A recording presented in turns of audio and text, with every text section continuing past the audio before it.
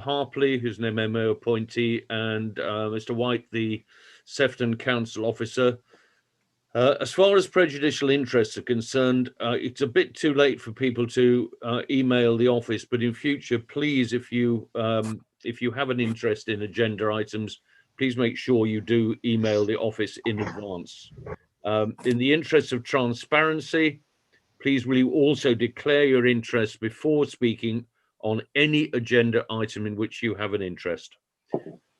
Can I take on behalf of all of us this opportunity to welcome Mrs. Alison Nicholson, who's taking over the role as clerk to the authority. Alison, a formal welcome to you, and I hope you enjoy your job, and we look forward, all of us, to working with you. Thank you very much indeed.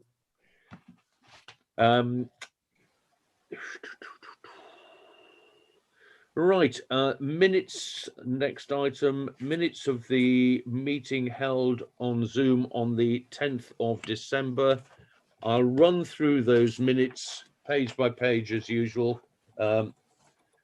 If anybody's got any observations or knows of any errors, please shout immediately. Page 1, 2, Chair, 3. Chair, sorry. Sorry, Emily, yes. I just wondered, it says the minutes of the September meeting were not seconded or it wasn't recorded. I just wondered whether that was because it's not been seen on the video or something. Normally they'd be proposed and seconded and then a vote. Top of page 2. Top of page 2.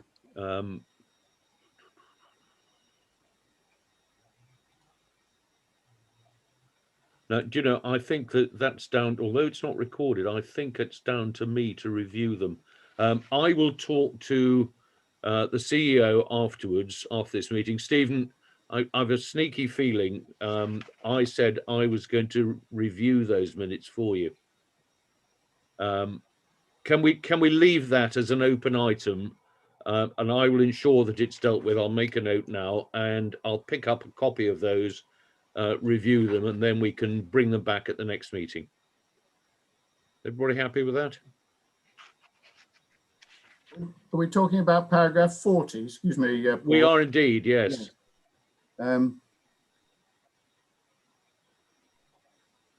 What's the problem with the text on page 2?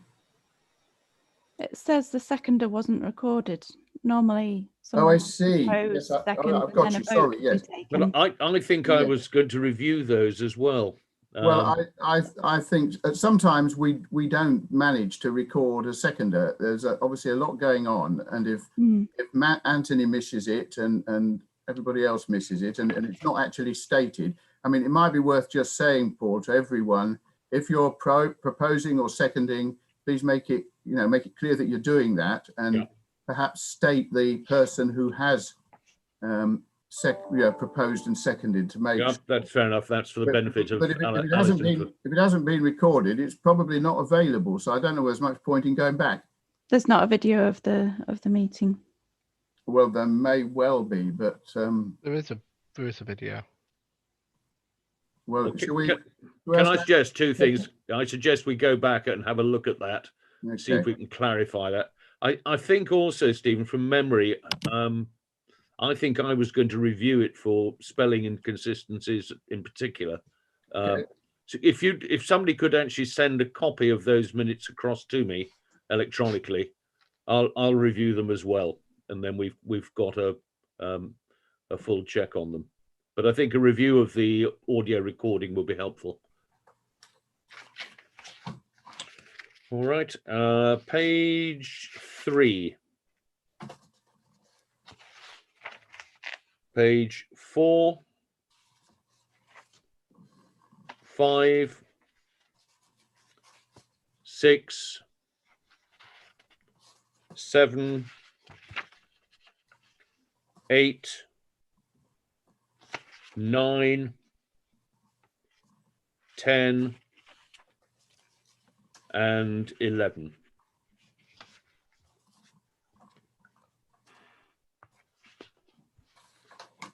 On the basis of that, with the exception of that one item, the minutes are clearly correct. Can we have a proposal to accept them subject to that endorsement of paragraph Jim 40? has his hand raised.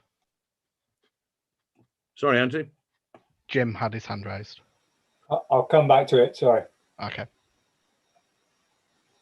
Can we have a proposer, please? Jim, I'll propose. propose them now. Proposed by yeah. Dr. Andrews, seconder. I'll second it. Sorry, who was that? Tony Markley. Tony, right, sorry. Okay, thank you. If you're going to propose in a second, pop your hands up formally, I think would be helpful. I did. You didn't see it. I didn't. You quite. Yeah, I've got a long list which I have to scroll down, Tony. So that's why. Jim, you've got a hand up. Do you wish to raise your issue now? If I may, it's a stylistic issue as much as anything. I notice a departure in these minutes. I haven't looked back to see over which ones that it is repeated. That from the customary practice of the minutes being written very much in the third person, and that these minutes are have quotes attributed to individuals within them. And I think it would be stylistically more appropriate for an organisation of this nature for the minutes to be written in the third person. I don't know whether I can't look at the quotes attributed to me or anyone else and recall whether they are a to the word accurate account of the meeting. But we don't have verbatim minutes unless anybody needs to, as does sometimes happen, is somebody will formulate a resolution and read it to the authority. I think then it is appropriate to record exactly what is said. But usually that has not been the case. And like I say, I think this is as much for Alison's ears as anyone's, perhaps, but I think a return to the third person would be probably preferable, certainly in my mind at least. I would agree, and in fact, page 9 is full of direct quotes, which are certainly unusual. I think if we can follow the traditional style, it would make for better presentation. I agree. Right, that deals with the minutes. Next item 4, matters arising. Anybody, any issues?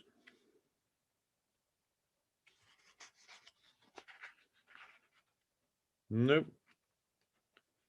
Brian has his hand up, Paul. Sorry, it's yeah. Can you, if you can, please, everybody, because I can only see about 5 people on screen. Formally put your hand up, the little blue hand that comes up alongside your name on the participant list, and then I can see it. Brian. Yeah, very briefly, Chair, and thank you and good morning to everybody. At the last meeting, we talked about recruitment. I know that's substantive issue is delegated to the Chief Exec, but we talked, I raised the issue in part of working with our partner local authorities to actually maximise the circulation of job adverts. And the CEO responded that it wasn't the practice of local authorities to include all vacancies in the jobs bulletin. But I think one of our colleague councillors undertook to raise the issue with his own local authority. I just wondered if there's any progress in that regard. Yes, that was me. And yes, they said yes. And their posts are now advertised on the Cumbria County Council website. Thank you very much. I just wonder if the other authorities would be willing to do likewise in future. Well, Lancashire certainly said no. And I think a couple of other authorities have said no, but I haven't formally gone round all of them, so I could do that. I've certainly tried Cheshire West and Chester. I wouldn't know, but they'll be open to any suggestions, I'm sure. Yet again, Cumbria leads the way. Now. Right, any other matters arising? No, okay. That takes us on to item 5, the report on Finance and the Personnel Committee. Chairman of Finance and Personnel, Tony.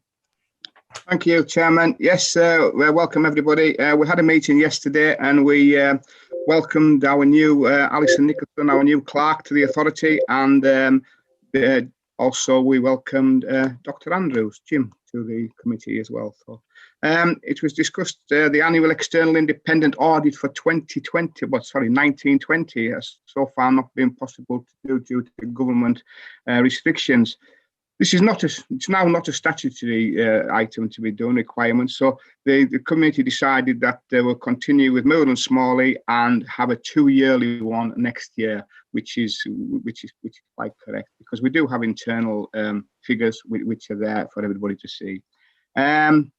We discussed exit interviews, but these are conducted in a confidential climate with the person who are leaving, the employers who are leaving, if they so wish. So it's confidential, and the IFCA officers do carry those out if need be. Turnover in the science team was also discussed, and the recruitment is moving forward for a new science officer, and it was decided that the chairman of the HR committee will undergo the interview process with the officers, or else if he's not available, the vice chair or the chairman of the authority.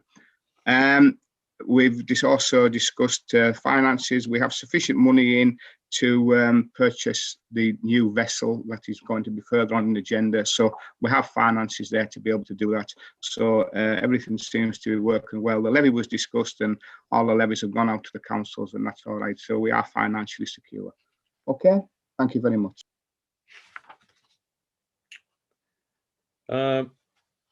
Tony, I've just got one question there. Maybe that you're not able to answer it. Page 1 of the report, at the very bottom, the very last sentence says the P&L account at this stage, which at this stage is 3/4 of the way through the year, includes the running costs for the remaining 3 months of the current financial year,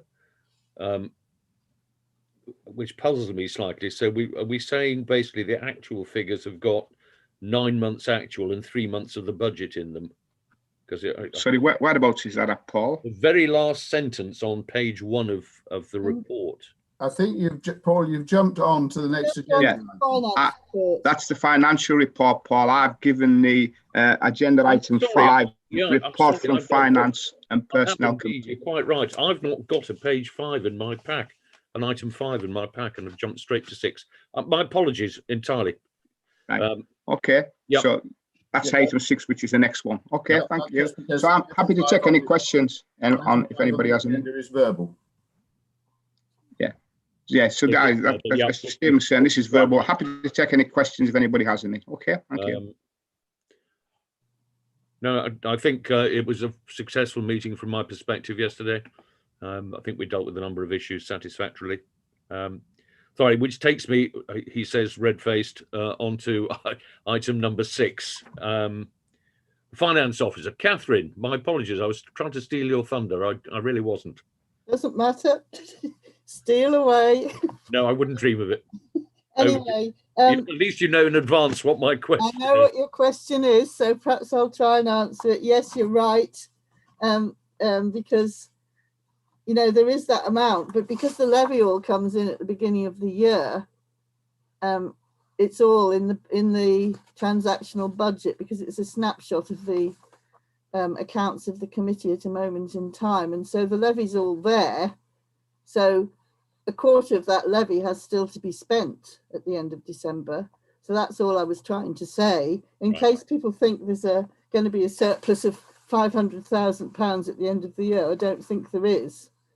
You know, there'll be that minus, it'll be what's in the budget report, which is, well, it might be different because might have spent some of it by the end of March. So the surplus will be roughly 118,000 plus the vessel fund, which is never spent, of 121,000 and a bit. So does that answer your question? Yes, fine. Yeah.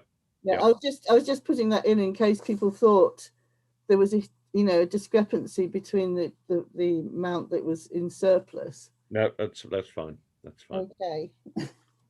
Well, there's nothing. I mean, the finance subcommittee discussed the audit. yesterday, and they were happy to proceed with option 1, which is on your papers, which is to have a 2-year audit when we possibly can. And the auditors are happy with that too. We just hope that it will open up so we can do it, but you never know. Don't think there's anything else that I particularly want to say unless anyone's got any questions. Any questions from Tony? Well, yeah, just one. I should probably know this, anyways, but just ask Catherine. The vessel fund, is that for a replacement? Because we set that up for replacement for the big vessel, which we've already replaced. Do we take out of that vessel fund pot for the new vessel that we're anticipating purchasing, the smaller one? Or is that come from a separate thing, or is it at all accumulated into the one? We don't take out of the vessel fund at all if we can possibly help it. And we don't know the amount that's spare it's in reserves at the moment, the amount we'll spend, because we have spare reserves. Because, I mean, for example, this year, it looks like we're going to have maybe 100,000 to go into reserves. Well, that'll pay half the new vessel, and it might be more. I can't really say at this stage until the end of March. It doesn't come out of the vessel fund. The patrol vessel fund is really kept, and the only reason we would ever dip into that, I think, is if our budget for the year was, supposing there was a huge repair needed on Northwestern Protector, which hadn't been budgeted for. You know, that's the only reason I think. Thanks for that, Chair, and thanks for that, Catherine. Just for members, new members there. When we decided to put that vessel fund in place, because when we came to purchase the last Solway Protector, we were short of money. Well, we were short of money. We decided that we will continue putting money in reserves for a replacement one. So that's stipulated for the Protector, the big one, later on in time. So, and we have money in the other one for the smaller vehicles. I call them vehicles because I'm in a trucker, you know, but that's life. So, okay, thank you. Jim, followed by Steve Brown. Thanks very much, Chair. A very quick one. It's that time of year where I'm doing my own financial planning for next year. And I noticed that the inflation rate, for obvious reasons, is very low at the moment. We've inflated our budget for the coming year at 2%.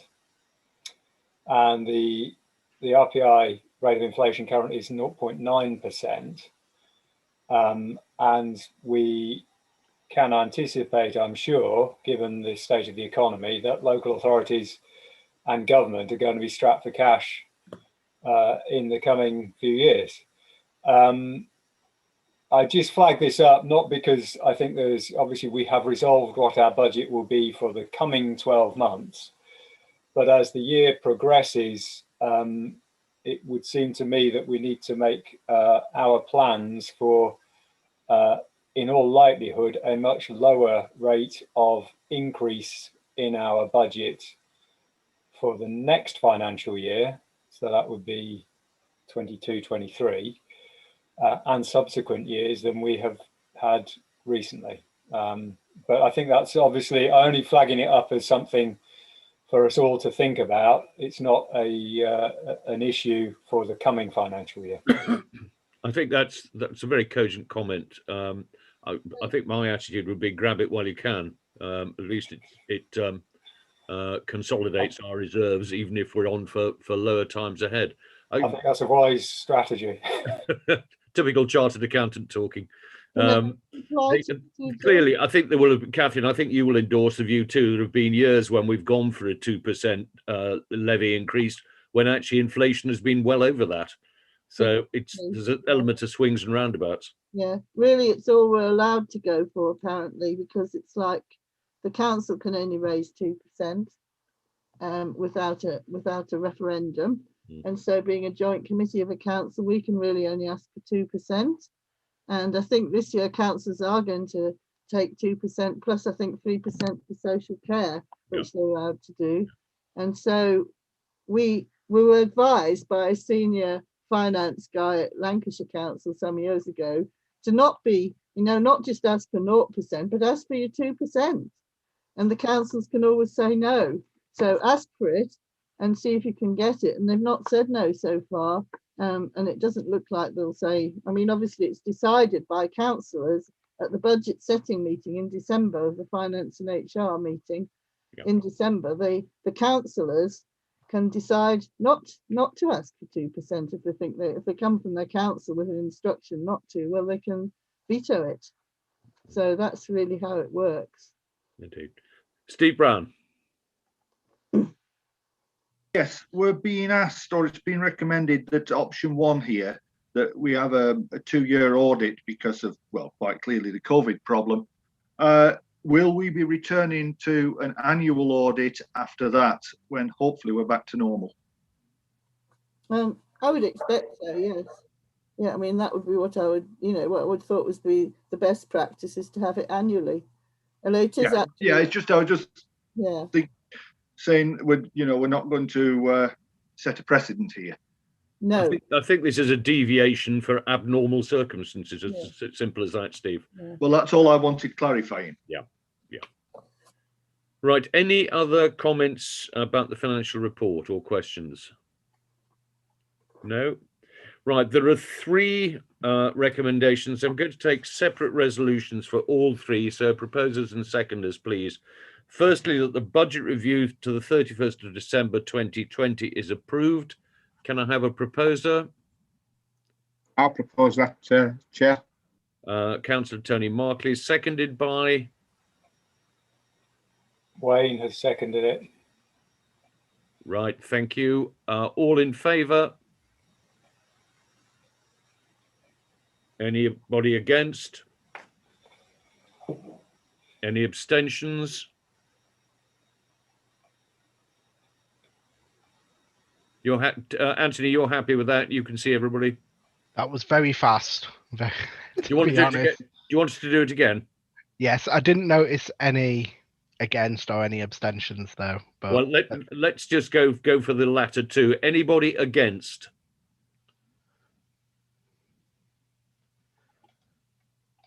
Any abstentions? Looking at the formal hand raising, I can see nobody on either point. So I could take that as unanimous. The second item is that Moore and Smalley LLP are appointed as independent auditors when government restrictions permit. Can I have a proposer, please? I'll propose that. Councillor Wilson, thank you. Seconded by... I'll second it. Oh, yeah. Anybody? Yeah. Tony, seconded by Tony. And the third and final one is that the risk assessment, which is attached to the financial report, is reviewed and approved. I would expect and hope that everybody has actually reviewed it. Sorry, Chair, are we voting on that one? Or yes, we are. The previous one as well, I think you didn't actually take a vote. Sorry, say again, Catherine. You didn't actually take a vote on the Moore and Smalley recommendation. I'm sorry, I beg your pardon. I'm trying to look at the next paper. Right, yeah. So we've got a proposer and seconder. Can we take a vote then? All in favour? Anybody against? Any abstentions? Again, I think that's unanimous, Anthony, isn't it? Yeah. Third item then, that the risk assessment, which is attached to the financial report, is reviewed and approved. Can I have a proposer, please? I'm happy I'll to do it. Okay. I'm happy to propose it, in which case can I have a seconder? I'll second it, Paul. Tony Markley. All in favour, please raise your hands. Anybody against? Any abstentions? Again, I think looking at that, I think, Anthony, that was unanimous again. Yep. Which takes us on to item, let me make sure I get it in the right order this time. Item number 7, the Patrol and Enforcement Report. Joe, over to you. Good morning, everyone. I hope you're all well. As usual, you've all had the report. in advance, so I'll just sort of briefly go over the main points of my report and take any questions to speed the meeting along. So just to draw you to some general points. Obviously, we've had some quite important landmarks in this quarter, namely Brexit. As a result of this, we were requested by the MMO to conduct some patrols around the new year by the MMO. These were conducted using Northwestern Protector. Absolutely no issues detected during those patrols, so relatively successful. A big thing is we've had a number of prosecutions relating to bass offences at Heysham Bass Nursery area. We've done some quite well-received press releases on these and tried to spread the word far and wide regarding these, because it is often an issue at the authority which we have a lot of public communication surrounding. So I'll just skip to these prosecutions. So there was five prosecutions? I've lost my count. A number of prosecutions relating to Bylaw 5 at Heysham Bass Nursery area, where the area surrounding Heysham Power Station is prohibited for any fishing activity, and also to be in possession of any article which could be used for fishing in that area. It's a total no-take zone in that region of surrounding the power station. Historically, it has been a very popular angling area where we have had quite terrible, unsustainable practices in the past. And it has been a hotspot for the last couple of years and a priority area for enforcement, where IFCOs have been tactically tasked to patrol in that area based on intelligence that we've received. And we've been quite successful in the number of enforcement activities which have occurred. We have issued a significant amount of fixed administrative penalties over the last couple of years. But more recently, we've had some quite serious offending where there's been repeat offenders, offences made against IFCOs, including threats to wound. And these have all been prosecuted using our solicitor at Lancaster Magistrates Court. And we have worked alongside Lancashire Constabulary very closely with this in terms of joint patrols and also investigations and prosecutions. So there were several individuals. The details are there in the report. As you can see, some of them were quite significant fines. One of these individuals is a vastly repeat offender. This is the third time we've prosecuted him now. The fines were as serious as the court could issue, based on his means to pay. And quite serious quotes were made by the bench on that case regarding the offences made against the IFCO in question. I'll read the quote. "We see this as a serious matter, especially the threat to the officer. These offences under MACA against fishery officers are the most serious that we deal with. And as head of enforcement, I always see that these offences go to a prosecution. It is not tolerated in any instance, this behaviour. So we always follow through on that. I'll just skim back to a few other important points. So EU exit, obviously. I'll take any questions on this. I'm not going to read through the lengthy description of the process, which I've included in my report. But in the main, the view from IFCOs and from myself is that there has been a very serious impacts upon the fishing industry, especially in the Northwest. There has been very little fleet activity from the potting sector, also from the trawling sector, and the cockle and mussel fisheries have practically stopped. There is very, very small amounts of export taking place from the UK. I would suggest it's discussed in kilos rather than tons. It really is that bad.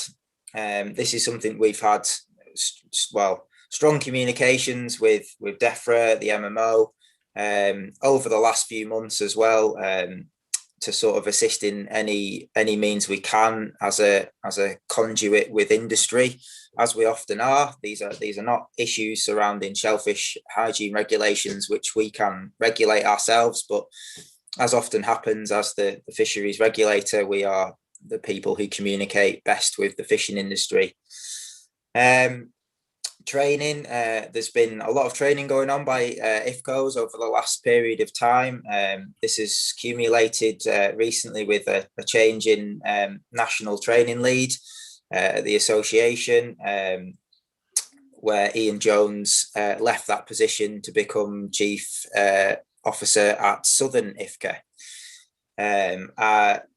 Due to COVID, there has been a limited amount of, well, zero face-to-face training, but we have managed to continue with some training with regards to the accreditation scheme.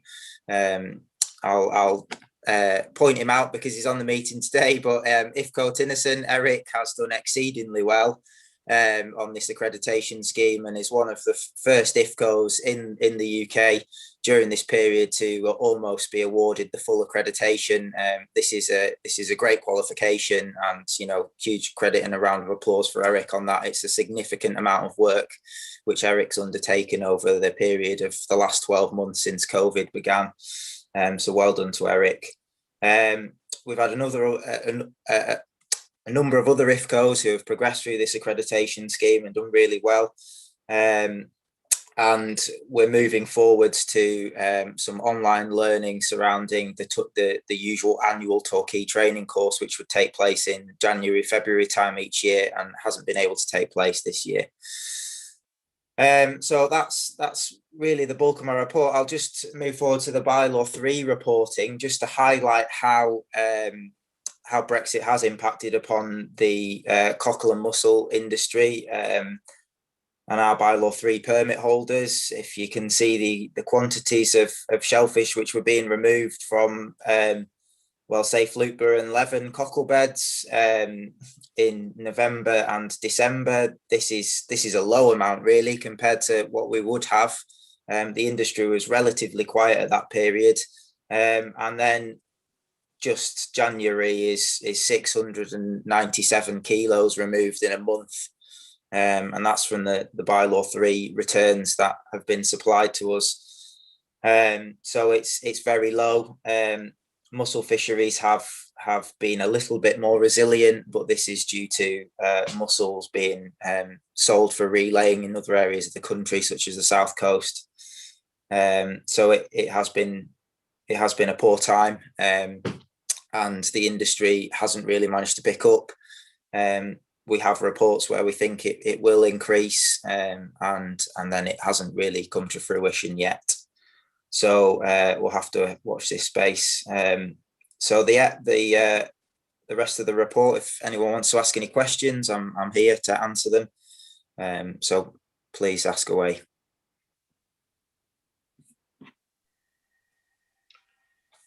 Hi, Joe. Lewis Staten. Just a quick question on the report. On my pages 12 and 13, they're both blank. Is that a download issue, or are they intentionally blank? I believe that's probably a formatting issue, and they should have been removed. So apologies for that. No problem. Just check I hadn't missed anything. Thanks.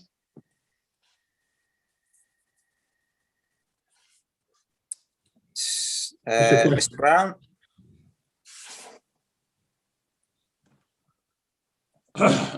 Right. Just a quick question. I noticed there's been no mussels reported or landed on the Ribble fishery. Is that completely closed at present? Not that I'm aware. I believe that's probably just due to a lack of fishing, or possibly the returns data might be missing, as does happen occasionally. But where there has been effort in the past, it's been very minimal compared to the other mussel fisheries in the district anyway. Yeah, no, I was just thinking, because I'm due to restart the sampling once the crisis is over, or is witnessing the sampling for the south side. I've had that pending, subject to whatever happens, really. just wondering where we stood, that's all with that, whether it's ongoing or whether it's just floating there in the ether or whatever. I'm not really sure. I think it's just something that's been progressing very slowly, unfortunately. Yeah, I can't see that restarting till next year, but we'll see what happens.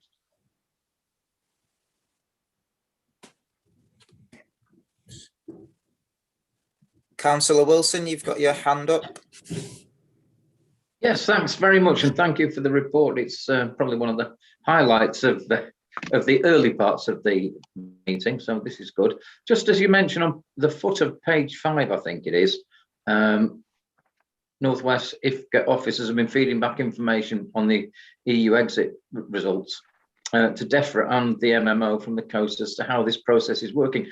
I wonder if we'd have any similar response back that makes the position clear from DEFRA. And a second question, are any of the people employed in this industry facing hardship at the moment? Thank you. I think that's a really good question. We are feeding back where we can. There are meetings ongoing on a regular basis, often that are well below my pay grade, shall we say. Stephen might be able to answer more on that. With regards to fishermen facing hardship, there have been significant amounts of money made available from the MMO for the fishing industry. At various periods during COVID and post-Brexit to mitigate any of the impacts that fishermen may have faced. Now, one of the difficulties I have tried to communicate is that our bylaw 3 permit holders are in a slightly different situation because some of the points put forward by the MMO stipulating what people would need to provide were to be registered businesses, and our fishermen are usually self-employed rather than fully registered food processors or businesses. So this is a difficulty that they face, and it is something that I have raised with the MMO myself and in other national forums as well, and basically doing what we can to put that forward. Really, it's a very difficult situation. So yeah, I think it's just a thing to keep pushing and to try and do the most that we can for the fishing industry, really. Nick Baxter's next.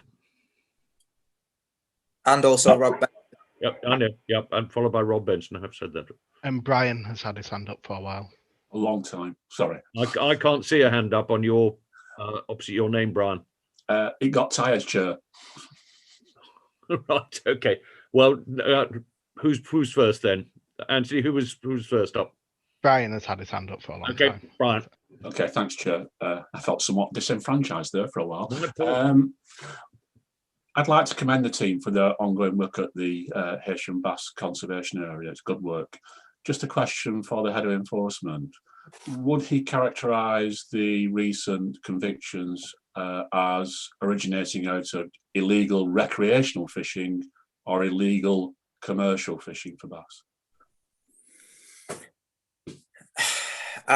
I would say it's a mixture of both. There have been indications of commercial activity. This intelligence has been forwarded and joint working's taken place at the MMO. No investigations have been successful into that so far. We've also worked jointly with environmental health authorities in the district on this. But there is still a significant portion of people who will chance it as recreational fishermen in that area.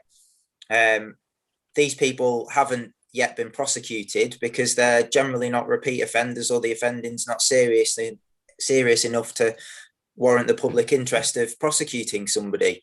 But totals of £4,000 worth of fixed administrative penalties in the last few years are all for people who are recreational fishermen. So there is still a significant portion, I would say, of the recreational sector who are willing to breach the bylaw, unfortunately. So I don't know if that answers it with any clarity, Brian. Thanks for that, Joe. I just wonder if there's any merit in terms of getting the message out to the recreational sector in any attempted engagement in terms of communicating the fact that fishing is not permitted in that area at all, because that's the essential message, isn't it? Yeah, I feel quite strongly as head of enforcement that we have done this for a number of years. And just as, to use the analogy of speeding, speed signs are there, people choose to ignore them. This area has more signage than anything that we have ever done with a bylaw before.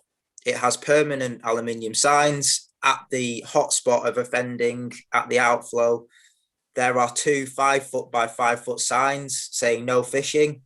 It's very clear. I would suggest the intelligence of the people committing the offending can read no fishing. And it is in an emoji sign as well. I don't really know much more that we can do. The people that are caught there know. It is not a case of we didn't know. They have walked past signs and decided to conduct that activity illegally, I think is the fact of the matter. Thanks for that, Joe. That's great. Thank you. Nick Baxter next, followed by Rob Benson and Steve Brown. Thank you, Chair. Just to elaborate a wee bit on Joe's prosecutions, the most prolific offender, I attended court as the officer in charge on the prosecution for the threats to harm 2 IFCOs. Unfortunately, where we applied for a criminal behaviour order, the district judge regrettably had to turn it down because it didn't quite hit the necessary threshold, because the criminal behaviour order that we applied for basically would have stopped our offending friend from even having a fish in his possession if we'd have caught him. However, he was fined, not a lot because of his limited means to pay. We've still got him on our radar. The criminal behaviour order basically says if he offends for anything in the next 12 months, this offence of threatening to harm fisheries officers will be taken into account and will be severely punished.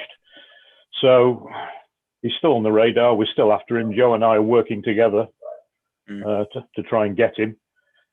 On the other matter, with regarding the fishing on the Easham Bass Nursery area, the constabulary are working with, or trying to work with, EDF and Civil Nuclear Constabulary to find out who actually owns that bit of sea wall.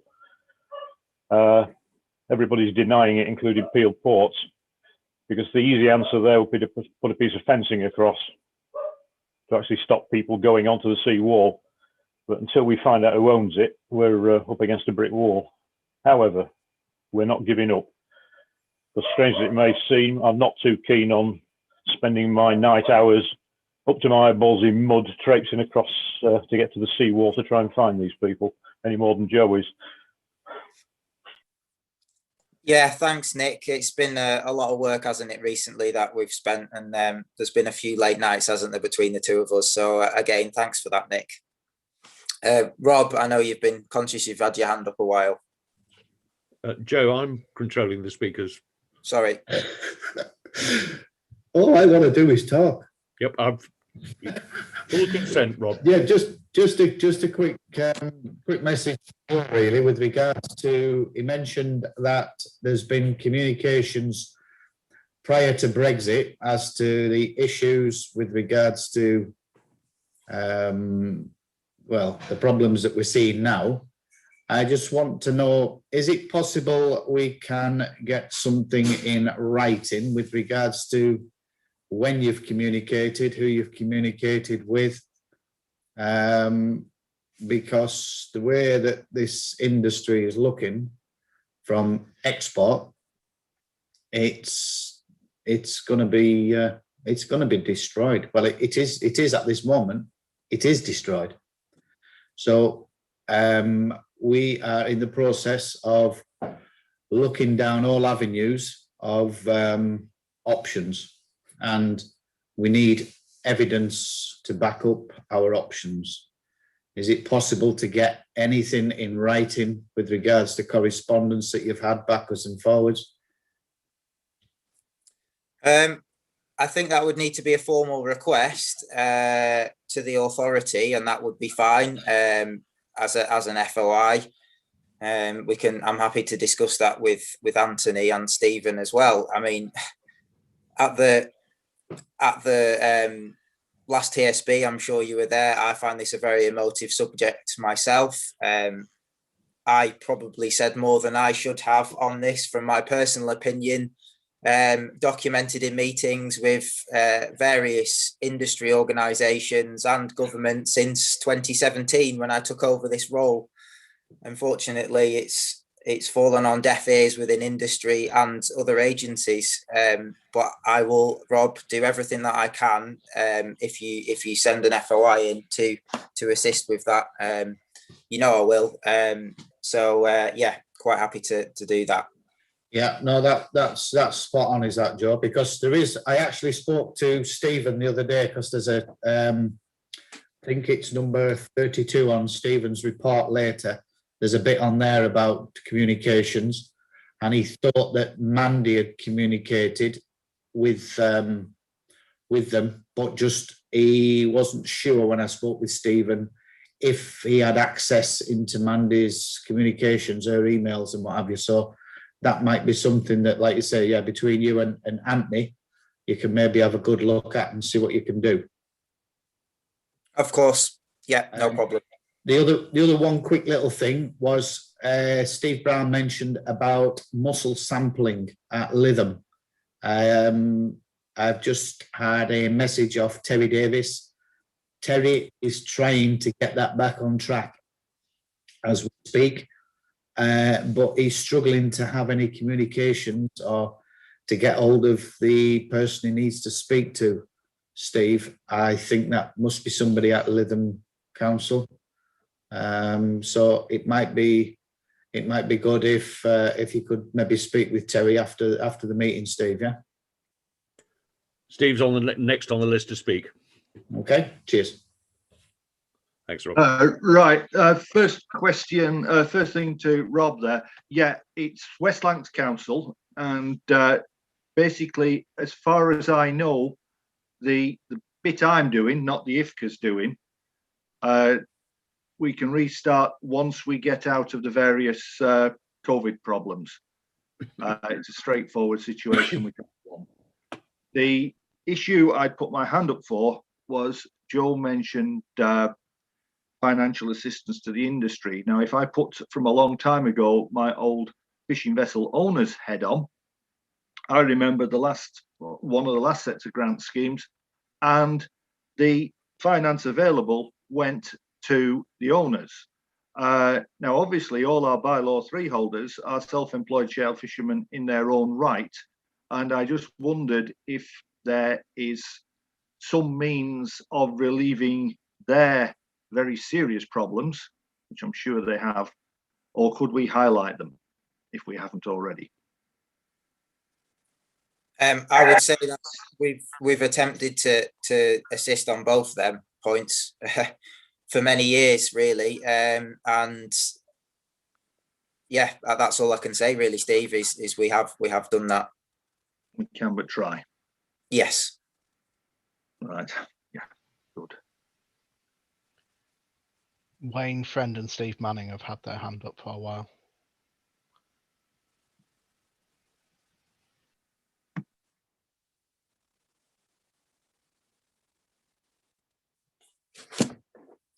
Paul, you're on mute. I'm struggling to get my mute button to work at the moment. Wayne, you're next, I think. Oh, first thing, I'd like to thank the officers for their efforts at the Heysham Bass, nursery. I live in Morecambe, so I do have an interest on this matter, so I'll declare that now. The vast majority of the recreational anglers are very responsible, and they adhere to the nursery area restrictions. It did have a massive effect on the responsible anglers because there was a lot of fishing carried out there, but they did realise that because of the minority, a bylaw had to be introduced to solve the problem, basically. Now, it appears that most of the offending are repeat offenders, particularly this one individual, which I imagine is very, very frustrating for everybody. A previous speaker mentioned the possibility of trying to identify who owned the sea wall to put a fence on to stop access completely. I think we need to think very seriously about before going down that route. I think there'd be the possibility of losing public support. A lot of the members of the public use that for walking, dog walking, and recreation anglers still go down there to gather bait, and putting the fence on the wall, I don't think it'd go down very well. And bearing in mind, it wouldn't stop access to the outfall because it's just a sea wall. There'd be at least a quarter of a mile of beach where you could still walk down and access the outfalls. So just a point to consider. I think the fence it wouldn't stop the individuals that are causing the problem, and you might get a bit of a backlash from members of the public, people that do go bait digging, bait collection, and they'd still get access anyway, unless the fence was going to the low water mark. Thank you. Thanks, Wayne. Anthony, the only hand I can see up on the list of participants is Mark Taylor, but you said there was somebody else. Steve Manning, he's had his hand raised for a while. Right, Steve.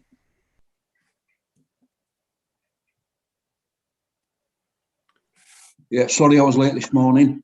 Yeah, while we're on the situation of bass, I made a request to Stephen Atkins to clarify the situation as regards to what I would call inshore fishermen. That's those people who go out fishing with tractors and quad bikes and are walking out there. We have, at the last count, when I spoke to Irene, she said that the North West IFCA had issued 120 netting permits. And some of those people are professional fishermen, and but they're not allowed to catch bass. So I better declare an interest in this, that I do catch the odd bass, or I did. So can we have a full clarification from Mark Taylor or from DEFRA as to what is the situation? What are they waiting for? Why are we banned from actually taking bass when everybody else in the world is permitted? For instance, you know, we know about anglers, 2 bass a day,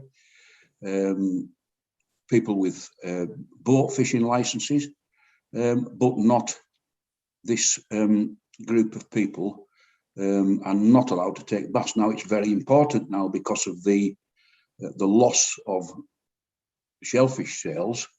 You know, obviously a bass is a very commercial product. You know, you can come off and sell it straight away.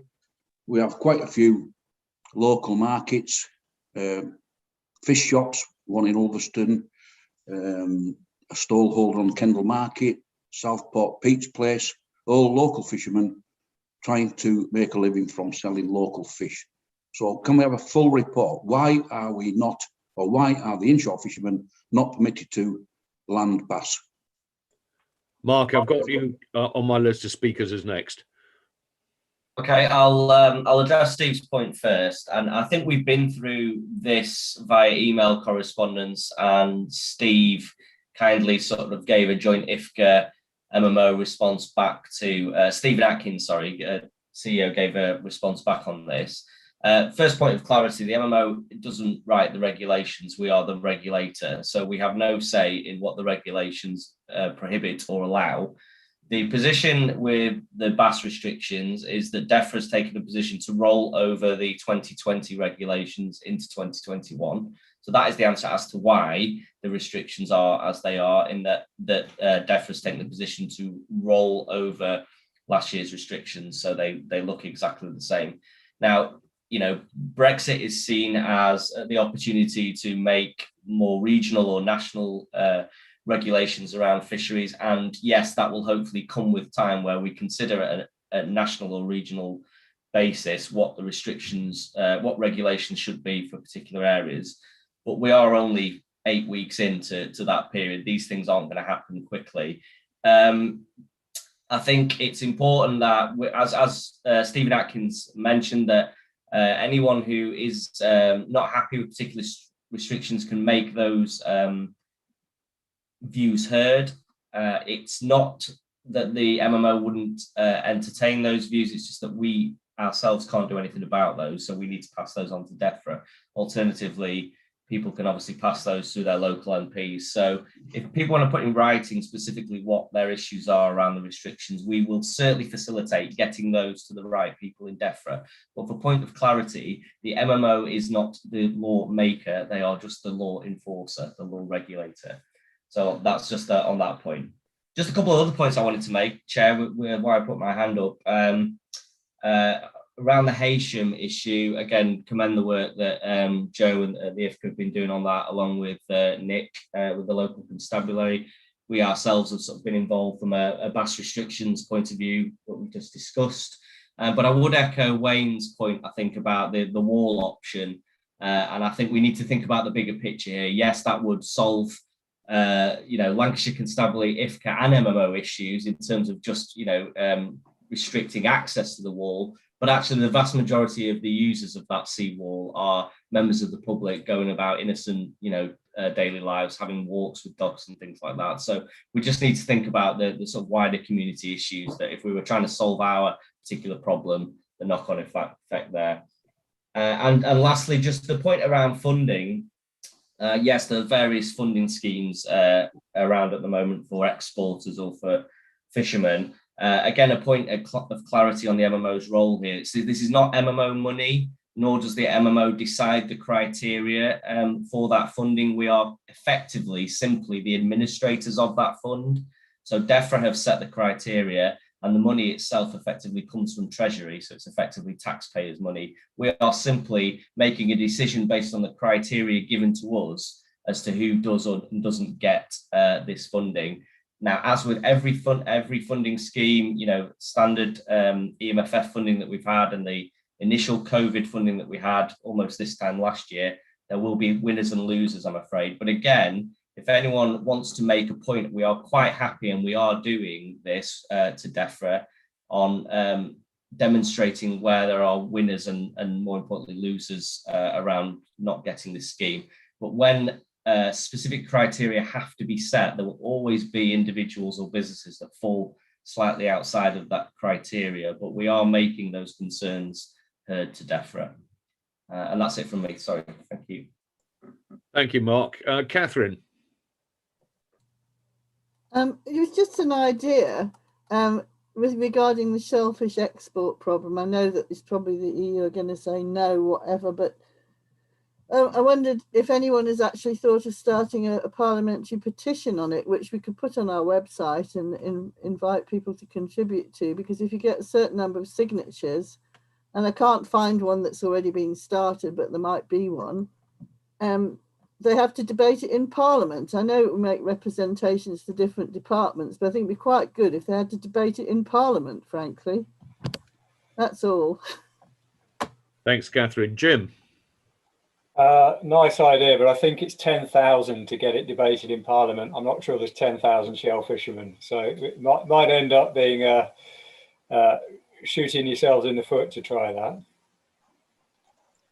It would probably, I'm not sure I would support that view. I would imagine you could get considerable amount of public support, irrespective of the fishermen, but it's still worth a thought.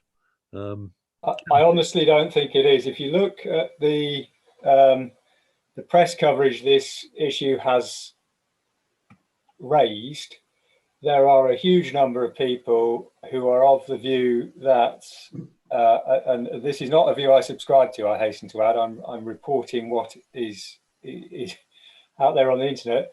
Well, fishermen voted for this, tough is the general view. And I think the engagement with the general public has to be considered very carefully. I appreciate that I think within the shellfish sector, there was a different view to largely to within the whitefish sector, but let's not go there. But I think that that idea is probably not one without considerable risk. Let's put it that way. Thanks, Jim. Rob.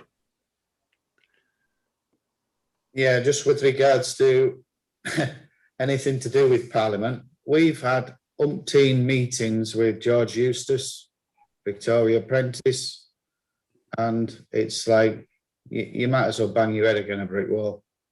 They have not got a clue.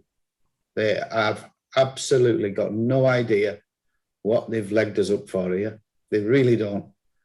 And, you know, where industry is going to go other than the wall, I really don't know. Thanks, Rob. Could I just say I feel it'd be worth a go and hear what Jim says, but you know, if you don't try, you don't get anywhere. I mean, I'm not got a personal interest in shell fishing, but I feel strongly about it. There may be other people across the Northwest who actually think this is really unfair. You know, if they were invited and had it raised to sign, they might sign it. Anyway. I wish you well in your endeavour, Catherine. If you do get one off the ground, I will happily sign it. So there. Jim. I think a discussion of this issue cannot pass without mention of an article that appeared in a newspaper which featured a quote from a member of this authority who reacted to some of the government responses and suggestions for dealing with this as akin to attaching an ashtray to a motorbike. And we do seem to be in those areas, and I desperately hope, I'm not going to stand in the way of anyone starting a petition, but I desperately hope we can find a resolution, because it is terrible what's happening here. Yeah, it's absolutely fair comment. Right, I have no other speakers according to what I can see. Everybody's happy with that. I think we'll take a resolution to accept Joe's report. Can I ask for a proposer, please? Nick Baxter. Seconder? Lewis. All in favour? Anybody against? Any abstentions? I think that looks like unanimous, Anthony, as far as I can see. Yep. As far as people putting their hands up to speak, can I ask them please to use the automated blue hand system, because I'm trying to view 27 people on screen, and it's if you just stick your hand up, it's impossible to see. If I've got the automated blue hand up, it's very easy because I've got a list of participants down the right hand side of my screen, and I can monitor that very easily. But some individual pictures on the screen are not very clear, and if your camera's tilted the wrong way, I can't see when you've got your hand up anyway. So please use the automated system if you can. Sorry, how do you do that? Right, if you go to there should be on top of the screen, Steve, there is a little square box which says view. Oh yeah, right. And you can just, firstly, you can adjust either speaker view or gallery view, which will give you the resolution of how many people you can see. But if you go to the bottom, you will see below all the portraits a little symbol which says chat, and a symbol which says participants. Yeah. If you click on participants, you will get a list of everybody down the right-hand side of your screen. Oh yeah, right, yeah. And at the very bottom of that, you'll see it says three things: invite, mute me, or raise hand. I haven't got any raised hand. should say those three options. Have you got it? You've got a list of 27 participants. Mine, Paul, is actually in a little, it's along from participants, and it's called reactions. If I click on that, I can get various reactions, including raise hand. Okay, that's another option. But see if you can find, Anthony, if you can give alternative instructions. I think it does depend which version of Zoom you've got. Yes, it depends on the version of Zoom you're on. But if you can find a little icon which says raise hand, it will.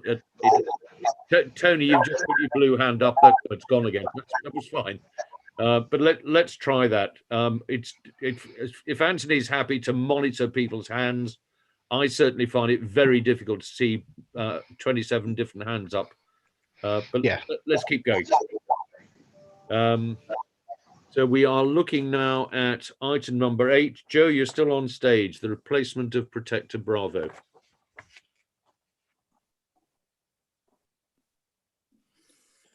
Thank you, Chair. Unfortunately, my computer just crashed, so I'm just trying to re-find the report. Just 1 second. There we go.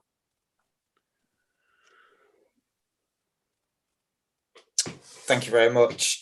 So yeah, the purpose of this report is to update members on the replacement process. So far, so at the last meeting, it was reported to the authority an estimate of costs to replace Protector Bravo in Whitehaven with a circa 10-meter catamaran type vessel. And the threshold, this would be in the region of 200,000. The threshold for tendering of goods must be followed, therefore, because it exceeds the threshold of 189,000. So we've had discussions on well, there's discussion on the tendering process in the document to open the tender process for the replacement of this vessel. Officers have put together a specification to send out to interested parties. This is found in Annex B after the regulations, which are Annex A. So we've also had Nigel Link, the marine surveyor, look over the specification and have subsequently made a couple of amendments to it based on his advice. I've invited along to the meeting today Officer Tinnison, who has been fully involved in the specification for this vessel as one of one of our very experienced officers in the Whitehaven area, who would be skipper in this vessel and utilising it in the future. So if there's any questions from officers, the recommendations are that the report's received and officers are instructed to continue with the tender process for procurement of the vessel as specified. So if there's any questions we can answer or move forward with, that'd be great. Thank you.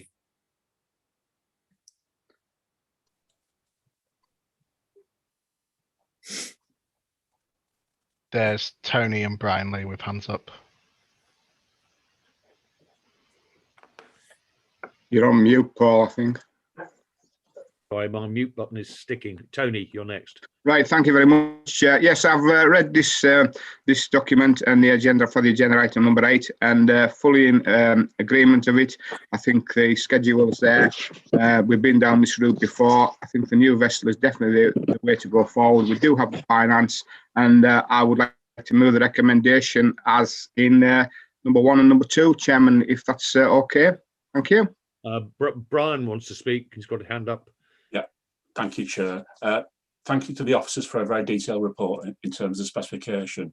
Just a question on the vessel itself. In terms of the freeboard, I know that the report talks about a handrail, but what would be the freeboard for people on the deck of the vessel? What would the actual freeboard be? Because obviously, from my experience, it's a freeboard height that equates to your hip is far more comfortable when you're on the deck of a vessel. If officers could just clarify that, please. Joe? I'll defer to Eric. Eric, could you answer that question, please? Yeah, the freeboard from the waterline to the deck is probably 1 feet in length, height, sorry. The handrail, the depth from the handrail, that should be between 700 millimeters to 1 meter height, depending on what, if you go for the solid structure or handrails on top of a half solid structure. Right. Thank you. Lewis.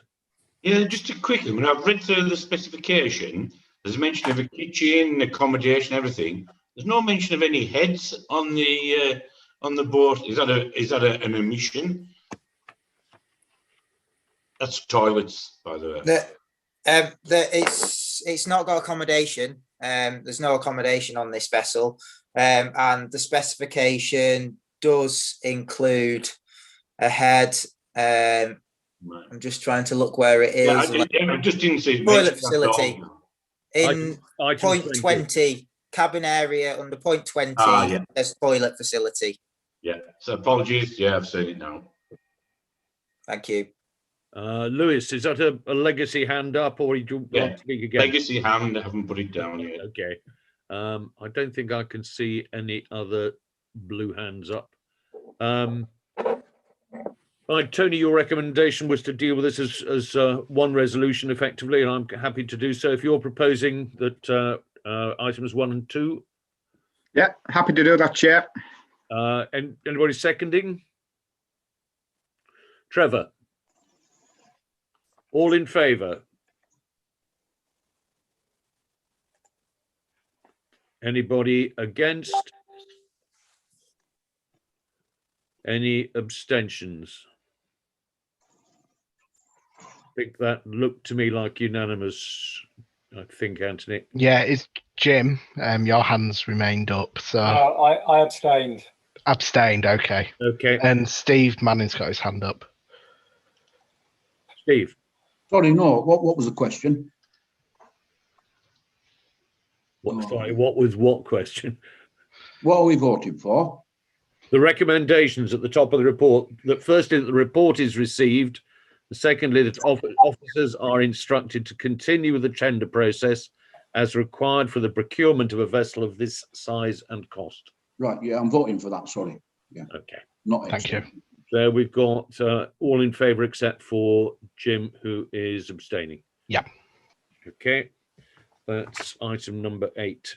For those who didn't hear me at the very beginning of the meeting, by the way, I do propose a lunch break at 12:30 for 20 minutes, just so that you're all aware. Item 9, Chief Officer's Report. Stephen, over to you, please. Morning, everyone. This is really just for information. This report. I don't think there's any decisions, but open to questions, of course. I don't think I need to say anything on the COVID section. The personnel section, we still have the 3 MMO appointee vacancies. I mentioned, I think, at the last meeting that they were going to be doing some interviewing, and they did. They interviewed 4, and 4 people have passed the board to be appointed. And I understand that conditional offers have been sent out, but we don't have any formal appointments yet. But obviously there is an expectation that those appointments will be made over the next few months. Perhaps I should also mention that Mr. Jones, Trevor Jones, his term was extended by 3 months. A special request to MMO that we made, and they granted that in order that he will be able to continue his work on the review of policy, procedures and governance, which is underway, because he's on the committee for that that project. I think we're all aware of the people who left. You're aware that Melanie Hartley went to Natural England in January to do something called RStats, which she was very well qualified for, and we wish her every success in that post. Sorry to lose her. We have obviously Mandy left in December.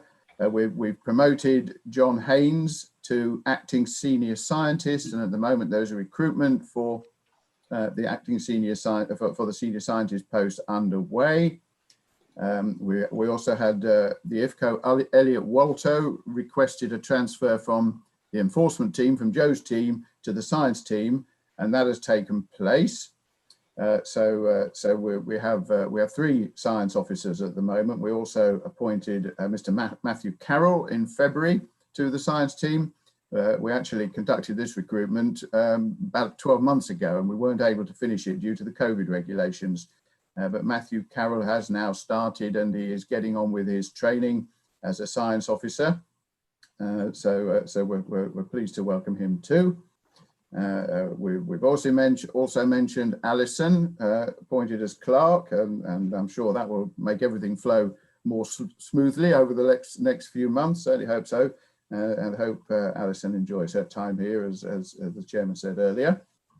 And the other change I perhaps should mention is that Anthony Graham is transferring to the enforcement team on a gradual basis. He's been doing it as resources allow, and now that Alison is here, I think his transfer will become more permanent and formal.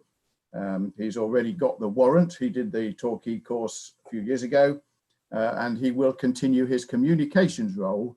But I hope also he will keep us on track with regard to our digital work across the board, because he has particular expertise in that area.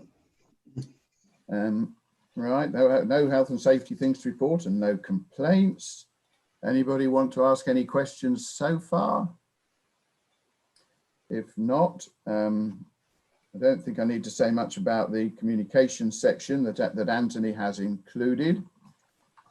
We did have this Save Our Sea Bass episode earlier in the year, but it seems to have been dealt with now. They withdrew their accusation, put a fulsome apology on the website, and I think we've stopped getting any emails about that. I just raised the question, paragraph 23, about what Save Our Sea Bass are really trying to achieve, and I don't know whether anyone can shed any light on this, because it seems to me we ought to be very much working in parallel and in association with that organisation as an NGO promoting the conservation of sea bass.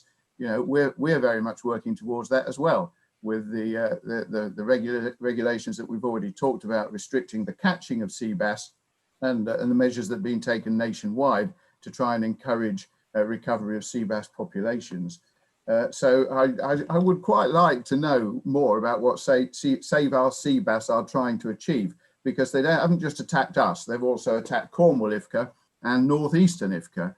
And they seem to think that we're not encouraging the recovery of bass populations, and I don't know how to change their view on that. I don't know whether anyone knows anything about the organisation, would like to say anything about it.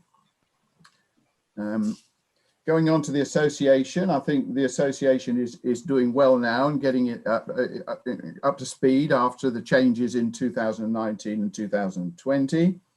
I've included the minutes for a meeting in October and another one in December, and we also had another meeting just a couple of weeks ago. Actually, they haven't put any papers out for that yet, but they've had staff changes too. Rob Clark has obviously become the chief officer at the association.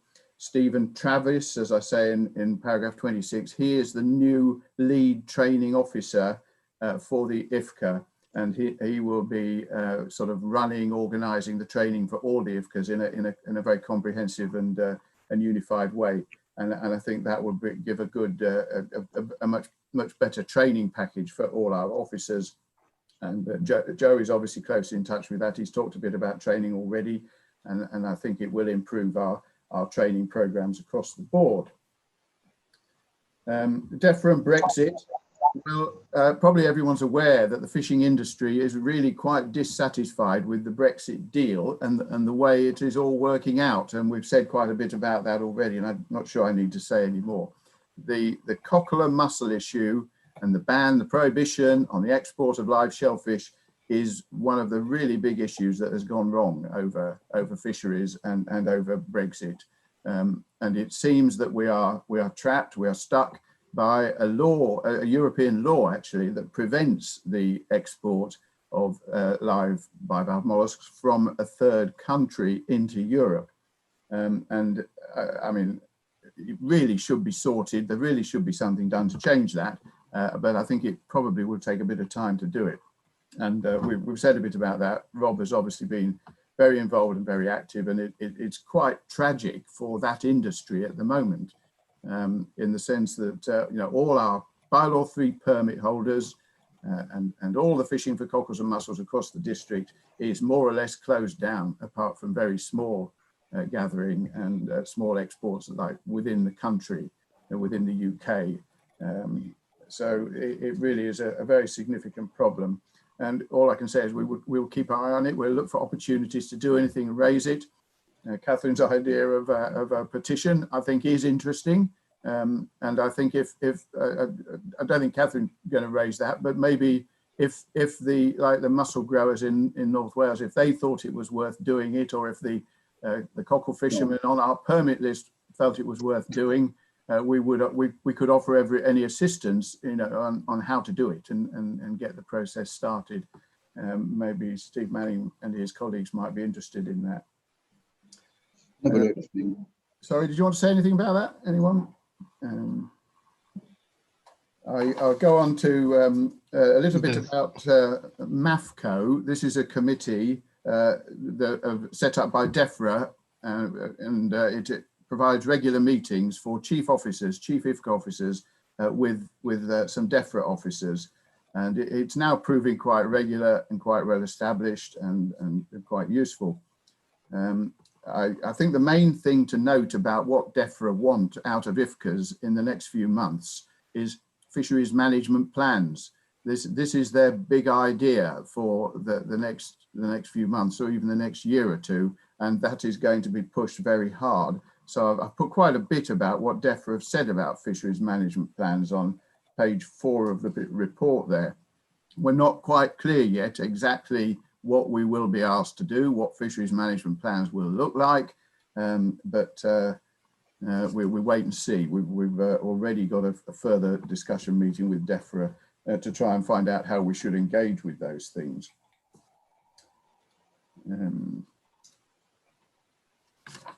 I think that probably is as much as I need to say at the moment. There are quite a lot of minutes and papers from the association at the back of the report. If you have any questions on that, I'll do my best to answer them, or even in any of the wider report. Thank you very much. Thank you, Stephen. I've got Rob and Jim. I'm not sure who was up in what order. Rob, are you first? I don't know, but I'll take it. I thought you might.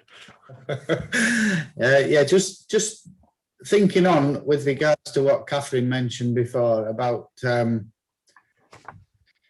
to get a group of people together to sign a petition. Would you, Stephen, as the CEO, be able to put that suggestion around the rest of the IFCAs to see if we can get some backing, first of all, from all the CEOs as to what's what?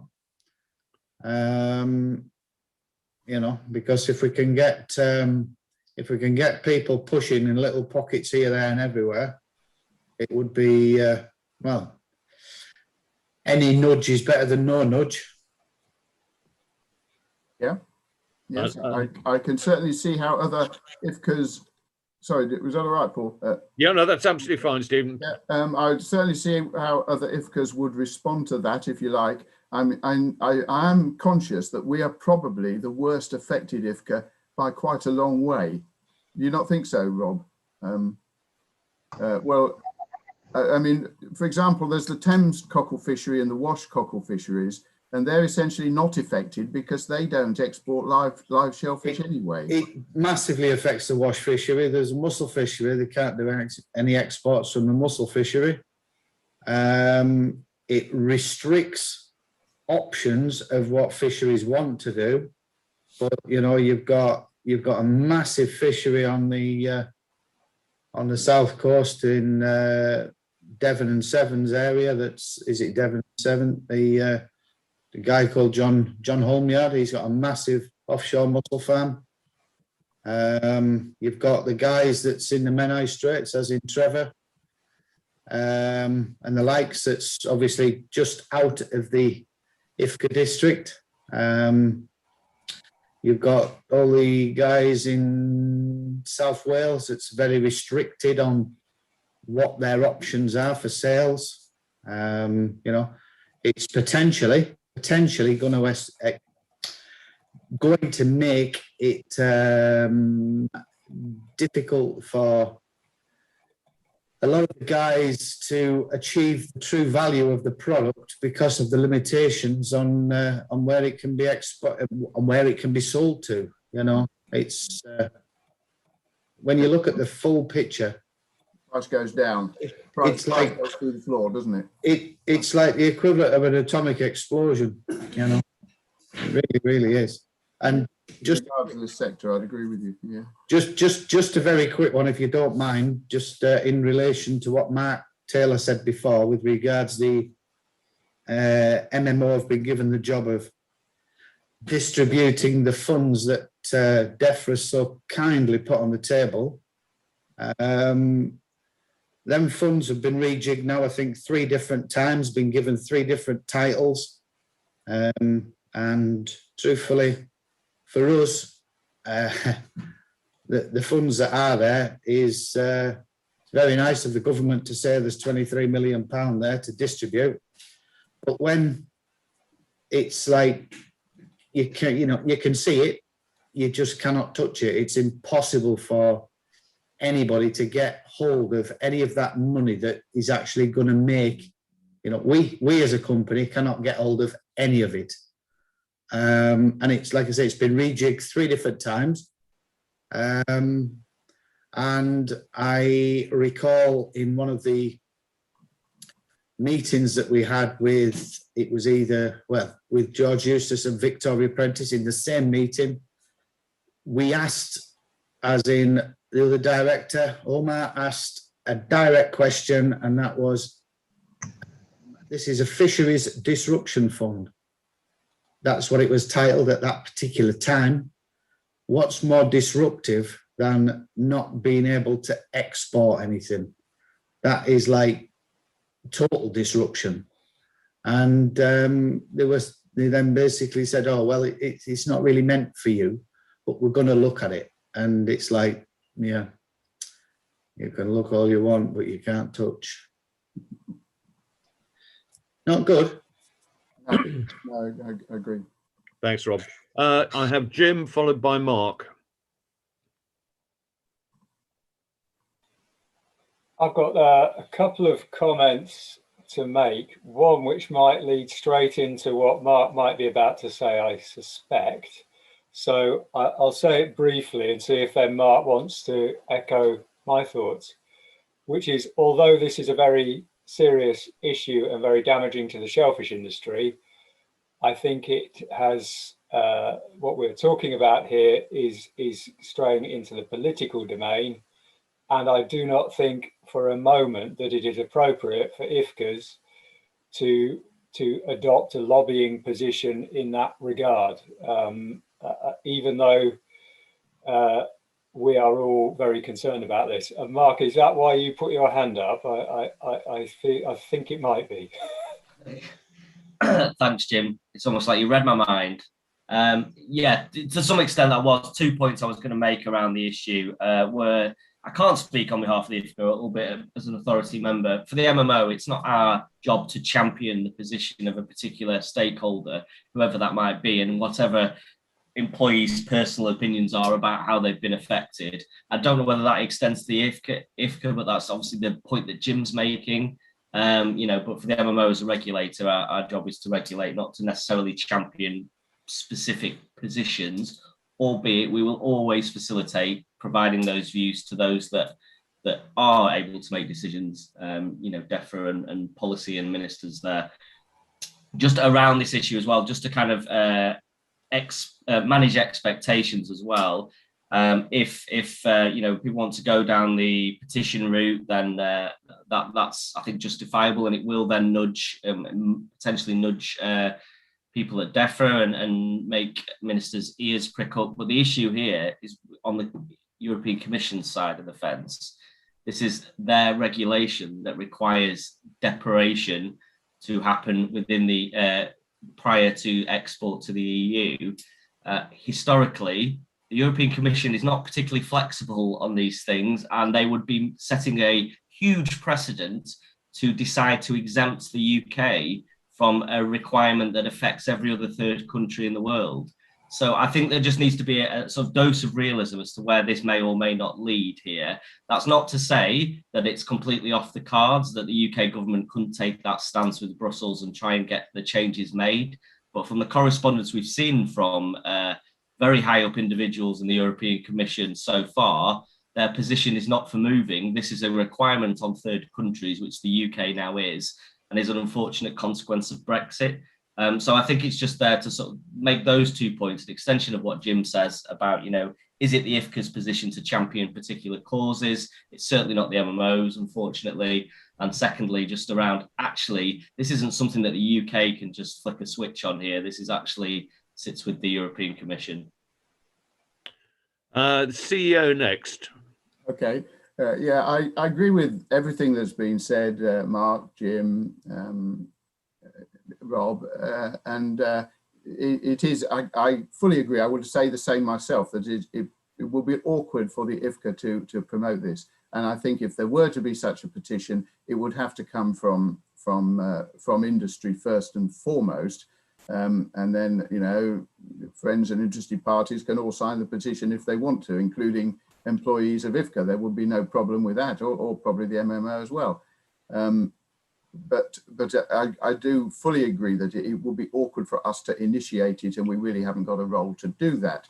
If you don't know how to do it, Google how to start a parliamentary petition, and I'm sure you'll get the forms and the instructions that you need. I just feel it is an issue in the district that it's not just an environmental, it's not just a fisheries issue. It's a whole community issue, really, because of the number of jobs and the amount of income to the area that will be destroyed if this ban is not overturned. Obviously, it should have been done before the Brexit agreement was signed, and Rob made that point very forcibly to me the other day when we spoke on the phone. But as it hasn't been, our leverage is immediately, cut off at the knees. We have now no leverage because the Brexit agreement has been signed. But there's a lot of dissatisfaction with a lot of aspects of the Brexit agreement. Other groups are fighting it as well in different ways.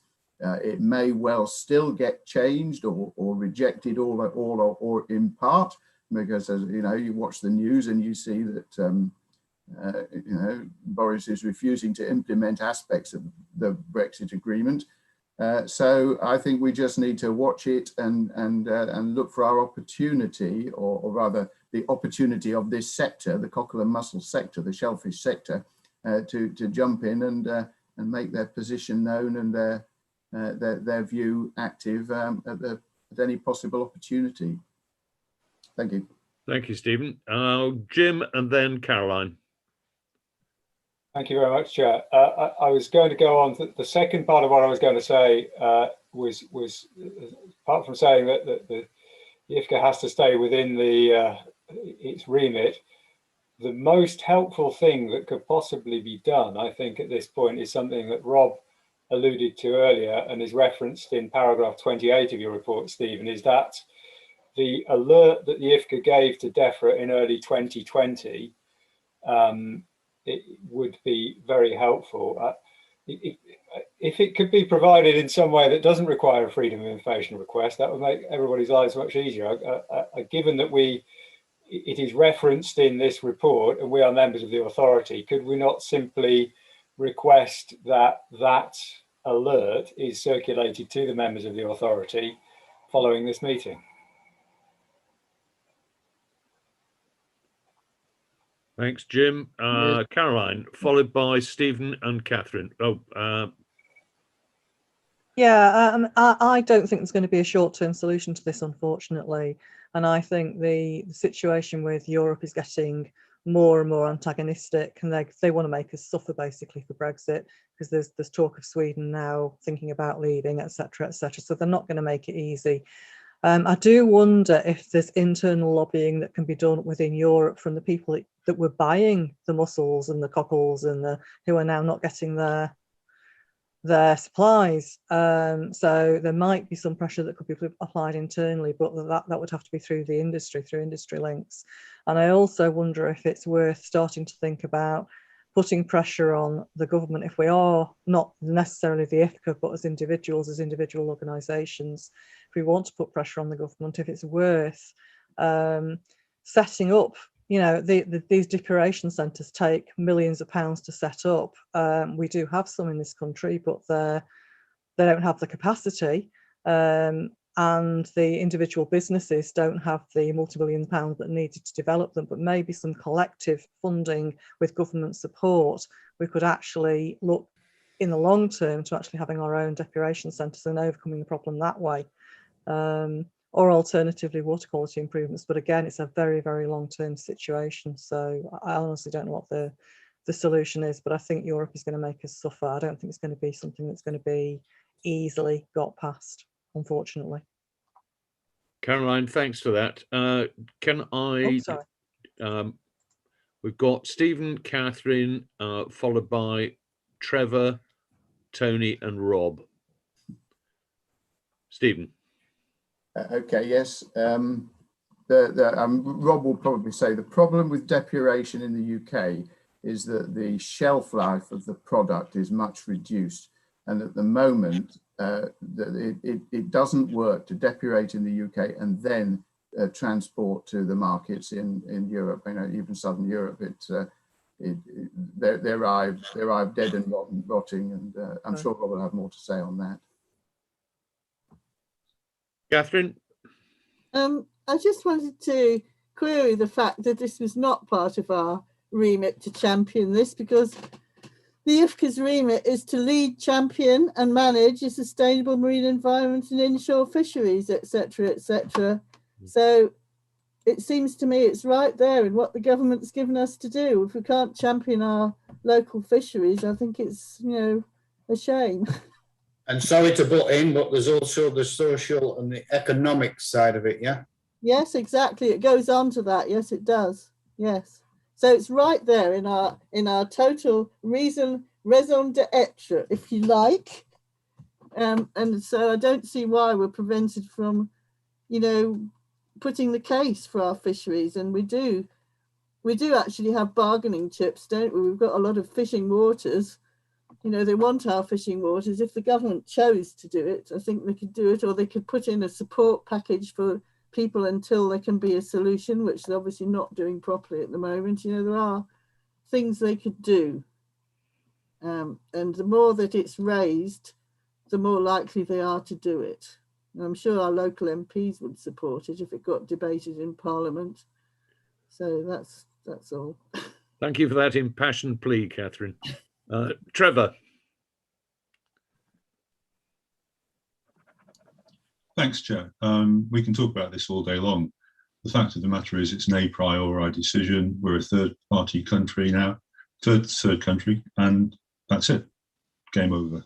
I don't think any amount of lobbying will change anybody's attitudes because everybody's positions are too entrenched. And I think I can only reiterate Jim's point, which I'd really like an answer to, as to the in the Chief Exec's report at section 28, the alerting of DEFRA will be very, very important information to use, as Rob has already indicated, in our pursuit of trying to get some sort of resolution to this absolutely dire situation. And I'd really like to know in what form that could be done and how quickly, because it is absolutely empirical and core to our upcoming dispute with the EU.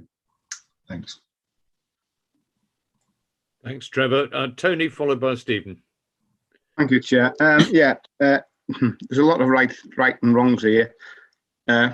Jim's quite correct. This is a political thing, and it's not really for this committee. But I think Rob's correct. It's economical, and all that's in there. So actually, it could be that a letter is sent from this committee with the view from the Chief Exec to say that at the last meeting, the members were concerned about the inshore fishery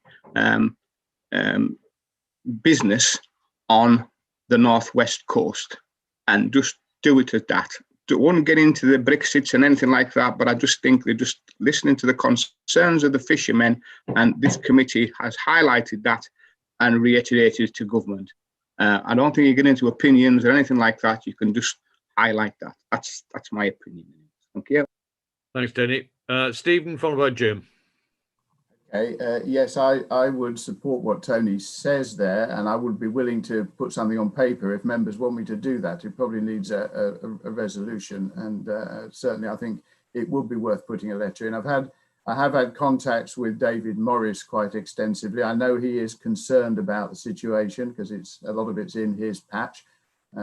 So yes, if you would like me to draft a letter along those lines, somebody just probably needs to propose it and you know, ask me to carry it out. Just with regards to tracking down the paperwork on how we talk to DEFRA, it goes back early into 2020 or even 2019, and Mandy was certainly leading on it. We will do some searches amongst the science papers, my papers, and the wider authority papers, and just see what we can put together about what was documented and recorded, because I know it was an issue at the shellfish, what's it called, the Shellfish Liaison Committee. It was discussed, and so it would be worth getting back to the papers for that committee. The Northwest Shellfish Liaison Committee might be able to give us some help there. Don't know whether John Haynes is still on, but we'll certainly do a search through our papers, see what we can find, and get back to you as soon as we can. Thanks, Stephen. Jim's next to speak. I certainly will be very happy to put a formal proposal forward for you to write an appropriate letter, Stephen. Jim next. You sort of beat me to it, Chair, but that's your prerogative. I think Tony's idea was an absolutely first-rate one. I think that's the thing to do. But I would stress, notwithstanding the feelings expressed, that we should focus on the facts of the matter and the issues and hardship this causes, and steer well clear of the politics of this matter, which is for an authority like this, I think is a potential pitfall. So, but I would happily propose, second or whatever Tony's suggestion. Tony ought to have the glory of proposing it.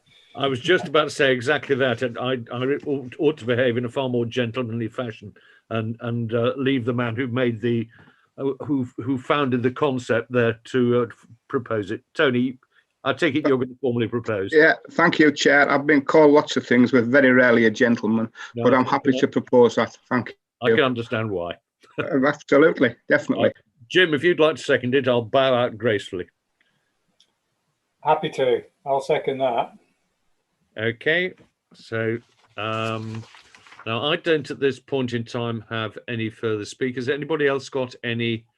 You want to take a vote on that, Paul? Yep, I will. I'm just sort of looking as to whether we go for a second resolution to accept the report later on. Yeah, we'll take a vote on that now. All in favour, please. Anybody against?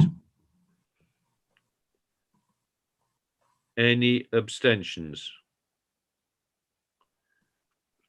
Right, I think you've got a bit of a complex one there, Anthony. Mark's abstaining. Sure, can I just speak very briefly? Certainly, Brian.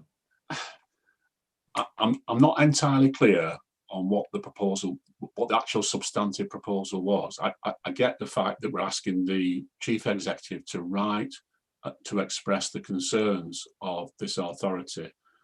My concern around that is the concerns that Jim raised earlier. I think in doing so, we have to be very, very careful that we don't exceed our statutory remit. I very much hear the points that were raised by officers previously, but I just think we have to remain neutral. On that basis, I'm happy to support that proposal, subject to us being very, very careful about remaining within our statutory brief. Chairman, can I just intervene there? You can. Yeah, thank you, Chairman, and thank you, Brian. Yeah, I fully, yeah. What I said was, Brian, I don't know if folk understand, was we cannot get political. Fully understand that. What I suggested was that the chairman, that the chief executive writes a letter that stating similar at the last meeting of the Northwest IFCA, fishermen reported the concerns about the fishing industry on the Northwest coast and its economical viability. End of. Doesn't have to get into anything else than that, and that can go down, and government can look at that, and they should be able to understand what we mean. I'm sure you'll elaborate better words than that, but you know what I mean. I'm happy to support that, Chair. Thank you.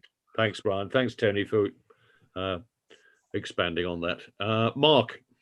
Yes, I just wonder, Chair, if it's worth clarifying to whom this letter is to be sent. That's a Stephen, good one, Mark. I think Stephen would probably know who the appropriate authority would be to send it to. Your thoughts, Stephen? My opinion, Paul, would be DEFRA and government. You know, a couple of people to send that to as well. Staying in the government as well, you know. Stephen? I think I would direct the letter to either George Eustace or Victoria Prentice as the environment ministers, but I would copy it to the senior DEFRA officials to tell them that the IFCA is doing this. You know, just a matter of respect. That would seem to make sense. Rob. Yeah, with regards to is that unmuted or not? No, you're unmuted. We can hear you. All right, sorry. Yeah, just with regards to yeah, getting involved in sending letters and all the rest of it. It's like it's just trying to how can I put it? If they haven't already got the message, it's just to make it a little bit clearer that somebody along the line somewhere has made a mistake. Maybe they were busy sorting out a nativity play or something like that, or you know, and you know, I can understand why you abstain to that, Mark, but you know, it's not doing industry any good. Tony. Thanks, Chair. I would also include a letter into the Tony Tomlinson, who was the chairman of the National IFCAs as well. So then that could be brought up possibly, Paul, at your next meeting as well. It would be interesting, you know, for you to report to them and see what their feelings are on it as well, you know. Stephen, do you think it's appropriate to copy Tony in? Yes, again, out of politeness, I think it would be sensible to copy in the IFCAs, and the association's a good way of doing that. Tony does have a certain amount of influence around the fishing industry and around ministers. He's influential in DEFRA because of his position. So yeah, I think that would be a good idea. Yeah, no harm in that at all. Okay, we've already taken a resolution which has been passed. Did we, Anthony, did you get the votes correctly on that? I know we had Mark abstaining, and I think I saw another hand up, whether it was an objection or an abstention, I'm not sure. I'm unsure for Brian Lee, as he had his hand up to ask a question at the time as well. I think Brian, he muted, but I think you did say you were supporting it once we got clarification. Okay. Brian? That's correct, Chair. It is. So we just have one abstention. Do please yell if anybody else has got any other thoughts. Stephen, your hand's up. Oh, it's gone. Right. Yeah. Okay. Any other comments, questions on the CEO's report? You've got a question on your own report. I'm sorry, yes. There was one element that I didn't put in the text that I should have done, which is just a comment on where we've got to with the various bylaws which are underway in the authority. And it's really just to say that the cockle bylaw and the potting bylaw, we hope are in their final stages of approval at MMO in the bylaws section. And we're expecting an answer back from them 25th of March for bylaw 3 and the 31st of March for bylaw 4. And then they'll either come back to us with more queries, I hope not, but they might, or else they'll go on to DEFRA for signing off. And the other two bylaws that we're working on, the MCRS bylaw and the LISO bylaw, we haven't mentioned them. They've both passed their consultation stage now, their formal public consultation, and we didn't get any comments at all objecting to those two bylaws. We just got one quite strong letter of support for one of them, the LISO one, I think. So those two bylaws now, we can, it takes a while to do this, but we will do it as soon as we can, gather the papers together and submit them to DEFRA for confirmation as soon as possible, to MMO for confirmation, and then on to DEFRA eventually. So I hope we're making good progress with those 4 bylaws. Thank you. Thank you, Stephen. Right, on that basis, assuming no other comments or questions, can we have a proposer, please, to accept Stephen's report? Happy to do that, Chair. Okay, and Caroline, you seconding? Caroline seconding. All in favour, please show. Anybody against? Any abstentions? Looks like unanimous to me, I think, Anthony. Yeah. Right, that takes us on now to item number 10, which is the science report and the 2021 cockling season. John. Thanks, Paul. Good morning, all. Most of the report is for information, other than the Annex A, which is a request from TSB. John, can I interrupt you? Can you just lean a bit closer to your microphone? Yeah. Got a new microphone, you see, so that's better. Yeah, so most of the report's for information, other than the Annex A, which was requested by TSB members at the last TSB meeting. In terms of the science report, just like to highlight the early enactment of the SEMPE's voluntary code of practice for netting. As background, the code of practice was put in place in 2018 after engagement between officers, Natural England and stakeholders. It includes a no netting area around SEMPEs for 1 kilometre and typically starts in mid-March and ends at the end of July. In February, the Northwestern Protector crew reported that there were large numbers of guillemots present, which is quite early. This has happened in previous years and is thought to be a pre-nesting ledge sort of check prior to the breeding season. And often the birds then disperse very quickly after doing this. Foot Patrol confirmed that the birds had dispersed, but then in early March, Northwestern Protector reported again the birds were back, and they seem to be back for a few days. So in consultation with Natural England, we decided to enact the code of practice early, which has been put up on the website and distributed locally with posters.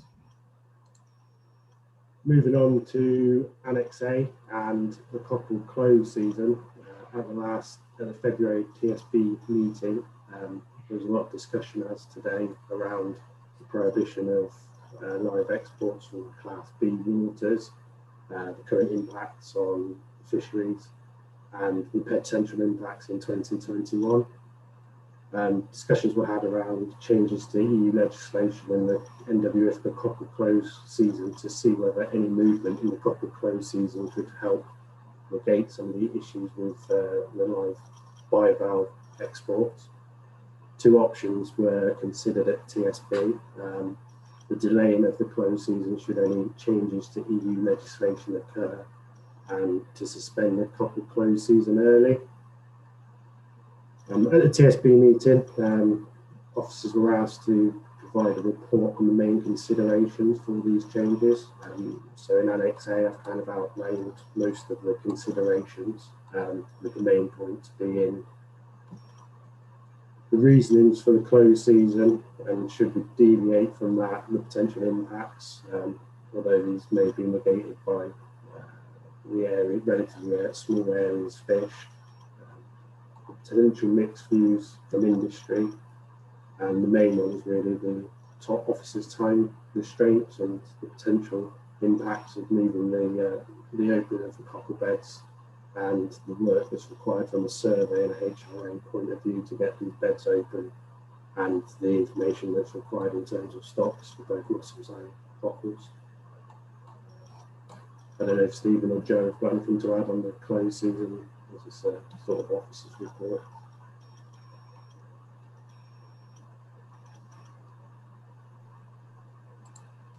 Okay, just take questions on that, John, and see whether Yeah, absolutely. wants to go any further with that. At the moment, as we've said already this morning, there doesn't seem to be any prospect of a solution. Plus, there were a number of representations in response to this report that fishermen would certainly be divided on whether they wanted the closed season altering, whatever the situation. So I don't think we can take any action on it at the moment. Steve Manning, followed by Jim Andrews. Yeah, right. Well, first of all, the closed season has got nothing to do with protecting spat at all. You know, there's no difference between protecting spat in May, June, July, and August as to any other time of year. But I have had quite a lot of phone calls from various fishermen about the possibility of opening pilling sands for cockle fishing earlier than September. The reason being because obviously with no live bivalve exports, there still is a market for cockle meats in Europe, and the best time to fish for cockles to extract meats is during the summer. July, August, September, October. Once we get into October, the cockle meats start to deteriorate and the cockles aren't worth as much money. I should declare that obviously I'm a Bylaw 3 fisherman, but I'm semi-retired and it's very unlikely that I would actually go fishing to pilling. But I don't see how it's difficult to... Nobody's fishing there at the moment, so there's no pressure on whatever stocks are there. I don't see any difficulty in bringing the fishing forward either to August, the 1st of August, or to the 1st of July.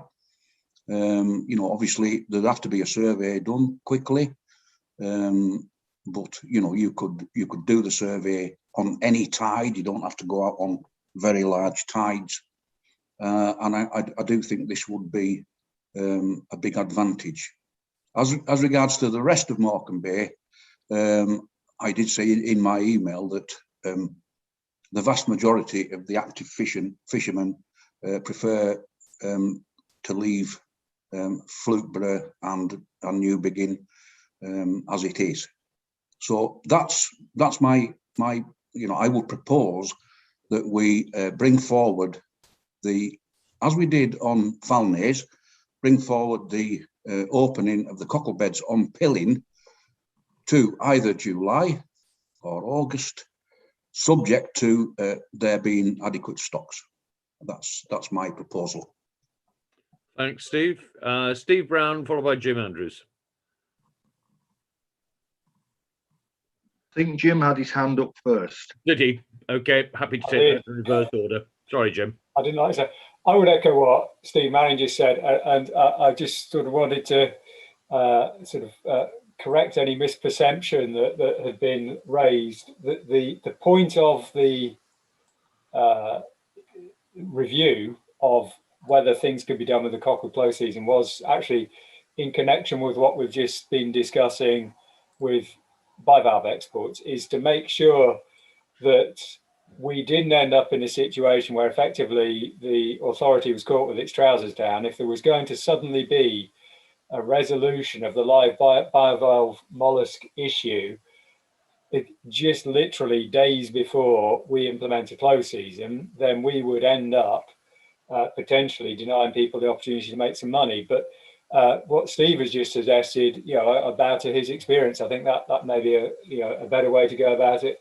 I think, bearing in mind all the discussions we just had, the thing we can most directly control ourselves is, with regard to this whole export issue, is how we exercise our own powers in such a way that supports local fishermen rather than obstructs them. And if nobody's taking like bivalves, particularly at the moment, then we can ensure that we are as supportive as possible by shifting any close season if we can. So that's just to clarify. I think what Steve has said is spot on. Thank you, Jim. Steve Brown, and then Steve Manning. Right, I'm going to say something a bit controversial here now. If we go back to the introduction of that bylaw, or that back in the days of the North West and North Wales, it was brought in with Morecambe Bay in mind. In fact, a lot of it had to do with the local problems at the time and local councils and beach access at Morecambe. And it was supported by many local fishermen. It was absolutely opposed by fishermen further south, particularly from the Dee area. And of course, since then, we've joined with Cumbria. So we are looking at a local measure that has now become a district-wide measure and may not be appropriate at all for the entire district. So my point is that we should be putting effort into reviewing this section of the bylaw and whether it is worthwhile or indeed appropriate for the whole of the district to keep it, because it could well be doing more harm than good. I think it's a much bigger picture than just the problem with export and the fact that fishermen definitely need wages. Do we actually need this thing in the bylaw at all? Has it been surpassed? It's a big question. Now I've been shouted at. Thanks, Steve. Steve Manning. Yeah, I just wanted to point out that the cockles at Pilling are actually seasonal classification C, which means that they can't be used for the live market anyway. They can't be purified. They have to be cooked. So, with what Jim said, the people who want to export those cockles in summer, it can't be done because of the classification. That's it. Steve, you want to speak again? Steve Brown, or was that a legacy hand? No. I didn't realise it was still up there. No, I just tried to put things in historical context and raise a bigger question than what perhaps some people are looking at as an immediate problem. That's all. Yeah, that's understood, I think. Yeah. John, back to you. Yeah, just on the opening of Pilling early, if that was the decision, there is still quite a lot of data that is required for the HRA for an opening of Pilling. It's not just a stock assessment of Pilling itself. We take into account all of the mussel stocks and cockle stocks around Morecambe Bay that all sort of feed in to the assessment. And just going back to Steve Brown's comments on the cockle closed season, I think there's probably a lot of discussion in the recent or the new bylaw 3 that's currently going through, and the decision was to continue to keep that closed season within that bylaw at the time. If we need to work on that for the future, then that's probably, as he said, a bigger issue, but maybe more difficult at the moment with the current staffing restrictions and new members of staff.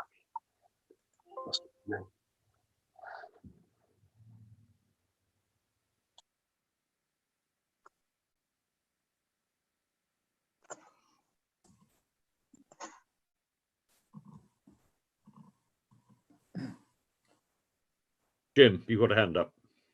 I have, thank you. Funnily enough, actually, John, you were just leading into what I was just about to ask about, which I know we've discussed previously. And I know from other discussions we've had is that the period for advertising the new senior scientist ended earlier this week.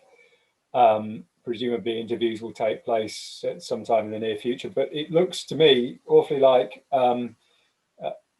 even if the new applicants have, or new senior scientists have to take up a role swiftly, we're going to be in a situation where for much of this very important time of the year, the science team is short-staffed and probably without a senior scientist. So are you happy that you have sufficient contingency plans in place to deal with that situation? And is there anything that any of the rest of us might be able to do who have vehicles and equipment that might help you get around more easily to do the job more expeditiously? Thanks, Jim. John, do you want to answer that one? Yeah, I think, you know, it depends how much any sort of changes to the cockle close season are sort of proposed, really. You know, the earlier we potentially look at opening a cockle bed sort of shift. Sorry, John, can I just interrupt? I was moving on from the cockle thing. I think we've done that. I was asking just more widely, what I meant was you're coming into the part of the year when you've got a lot of work to do on potentially on seed mussels, cockles and mussels generally, and we have a science team that's short of hands. So forget the cockle close season issue for a minute. That's the question I was really driving at. Sorry. Yeah, that's fine. You know, we did the surveys last year with 3 science officers, and you know, we probably are capable of doing it again this year with 3 science officers. You know, we use the best we can any offers from industry and work in partnership. You know, we've established some of the methods for data collection and, you know, making sure data is up to a standard where it can be scrutinized. And, you know, I'm more than willing to help work with anyone really that's offering a hand as such. And, you know, we have looked at use of other vehicles and vessels from industry. You know, there's always a few sticking points sometimes around insurance and making sure those sorts of things are in place prior to that. I kind of keep mentioning the cockle close season. I know you're not asking about that, but what happens with that has a knock-on effect on you know, the amount of time we have to do surveys and when these surveys need to be completed by. So then what I'm saying is, you know, you bring the cockle season forward, it then sort of means that all the surveys have to be done earlier, and then that starts clashing with when we typically do some of the other surveys. So typically we start with the mussel surveys, work through those, and then late June, July, start working on the cockle surveys, ready for a cockle opening season in September. If you bring that forward a month, that brings all the surveys forward a month, and then you start running into issues with what is typically when we survey the mussels running into when we typically survey the cockles. And, you know, that's potentially where the issue lies. Thanks, John. Steve Manning. Yeah, right. So I've got an issue with the way these surveys are planned. For instance, seed mussels, I don't see any reason whatsoever to survey for seed mussels until at the earliest June. I know that four officers went out onto South America at the beginning of this month for what reason I have no idea. And the other thing is Morecambe and Heysham is totally bare of any kind of mussels. So there's nothing going to go on either of those scars. I know you've got to check for the stocks for bird feed and one thing or another. But last year, I mean, the officials, and I tried to question the senior scientist about this, and I was put on mute. They went out onto South America 6 times between March and June, totally unnecessary. So the other thing is, the main fishery for mussels is on Falney. And, you know, that should be the priority in surveying mussels, the whole of Falney, the channel side, and down by the oyster frames, or whatever they call it, low bottom. So, you know, I think these the agenda for doing surveys needs to be looked at. You know, we don't want to just do these surveys because that's what we do or we've always done it. You know, things have changed a little bit, and therefore, you know, let's not waste any time surveying stuff that doesn't need doing or until later in the year. That's it. Thank you. Trevor. Thanks, Chair. Obviously, I've got an interest in this matter, as has Steve Manning. And we are charged as members of the authority to uphold the vision of the authority. And I would suggest that the surveys as done and proposed are absolutely in line with the authority's remit. Thank you. Thanks, Trevor. Any further? John, you've got a hand up, I think. Yeah, thanks, Chair. Yeah, just on the surveys, you know, we target surveys for what the data requirements are. We don't just go out because we like to go out surveying. You know, we have quite a strict timeline of when surveys have to be completed and what data is gathered at that time. You know, you mentioned 4 officers going out the other day. 2 of those were experienced officers, 2 were new officers, and they were gaining the experience for going to an area that's not easily, well, it's more easily accessible now, but still as a training purpose, looking at, you know, the potential issues around South America and for us to provide some training to new officers for the future. As I say, all of our surveys are based for what data we need at the time. They all have a purpose for the time we do them and the reasons we do them. Thanks. Thanks, John. John, does that conclude your report, or is there anything else you want to add? Oh, Emily wants to speak. Emily. I was just going to say, I'm not sure whether we can really decide here and now whether the science team look at scheduling in more surveys and adjusting the cockle close season. I wonder whether it's more appropriate to do a consultational survey with the industry to see who would be interested in which beds being opened before any work is planned in, and perhaps that could be brought back to the next TSB meeting.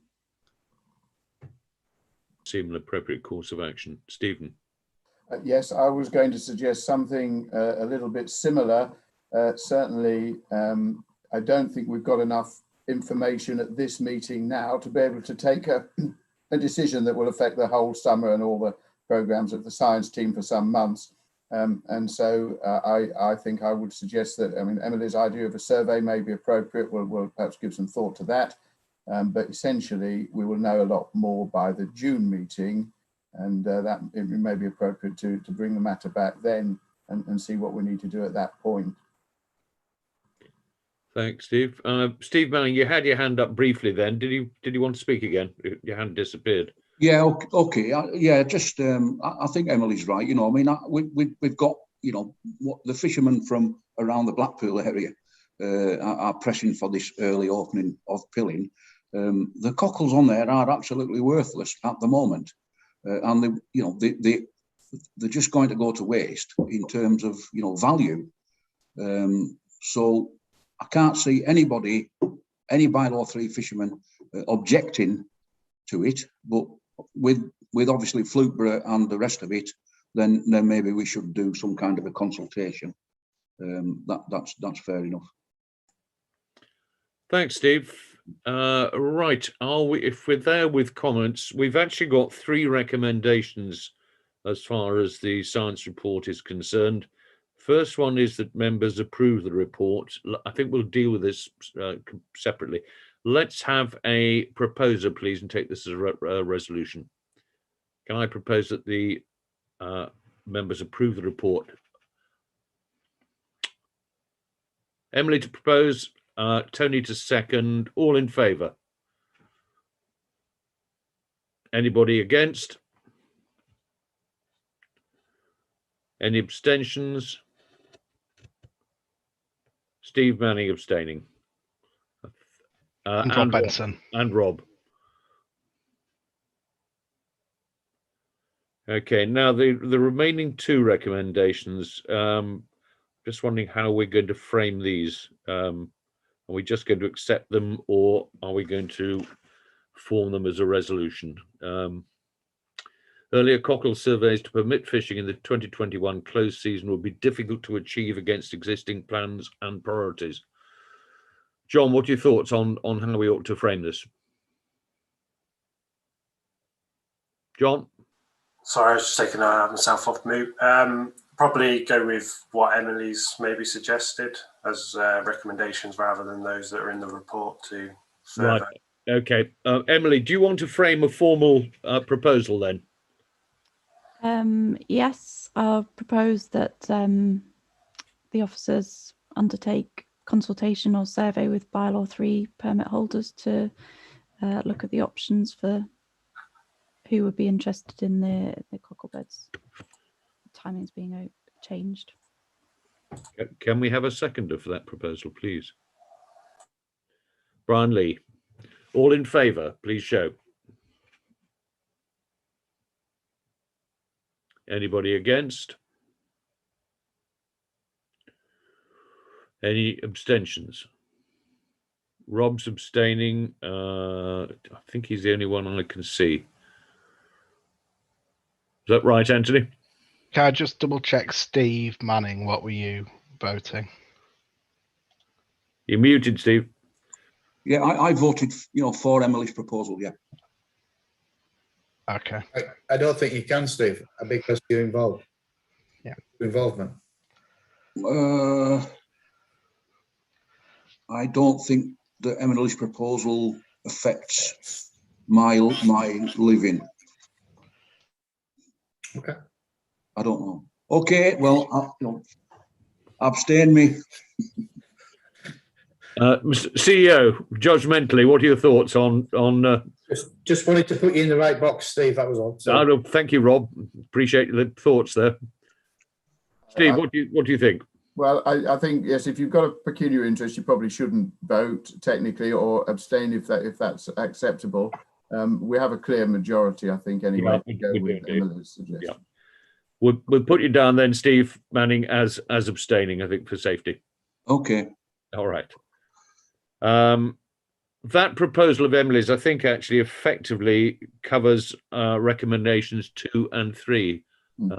So I think on that basis, 17 minutes past 12, just a little bit too early for lunch, and time for Emily to give her verbal report on the TSB. Emily. Thanks, Chair. Yeah, I was hoping to get this in time for lunch because I'm going to have to excuse myself for after lunch to attend another meeting. Good afternoon, everyone. Thank you, and hopefully I'll give you a brief report on what happened at the February TSB meeting. So again, a large portion of the initial part of the meeting was taken up discussing the accuracy and circulation of the minutes. And the final approval of the August meetings minutes will need to be taken to the May TSB. As we just heard from the CEO, updates were received on the progress of bylaw 3, and that's the cockle and mussel bylaw, and also the potting permit bylaw. And we heard that the LISO bylaw and the minimum conservation reference size bylaw had gone out to formal consultation. The head of enforcement gave an update on some of the preliminary discussions that had been had by officers on the review of the netting bylaws, and a paper was resolved to be brought to the next TSB meeting. The subject of the bylaw review was again discussed at length, reiterating the need to have a clear strategy on the bylaw review, and members resolved to help the CEO in producing a strategy document for the May TSB meeting through a separate meeting which will be held on that matter. As we've heard today, concerns were raised over the high turnover of staff in the science team and staff shortages and how that might affect survey progress. And obviously we've heard further updates on that today. Members did offer to assist in the interviews of the senior scientist and also to advertise the role among their networks. Mr. Haynes, the acting senior scientist, was praised for the science report and the survey plan, which was thought to be very comprehensive. There was, as there has been today, quite a lengthy discussion on the impact of Brexit on shellfish fisheries, particularly surrounding the potential to adjust the closed season for cockles, as we've just debated. And then under any other business, we heard about the issue of the Save Our Sea Bass website publicising false statements about the Northwestern IFCA on their website. During that meeting, the statement was subsequently removed, and members resolved to ask them to formally issue a correction. Finally, Mr. Lee also highlighted the engagement work that's been planned with the Angling Trust. The CEO didn't have any recollection of this, but Mr. Lee offered to circulate that information, and that has subsequently happened. I'm happy to take any questions on the TSB meeting if anyone's got it. Thanks very much, Emily. Any questions for Emily?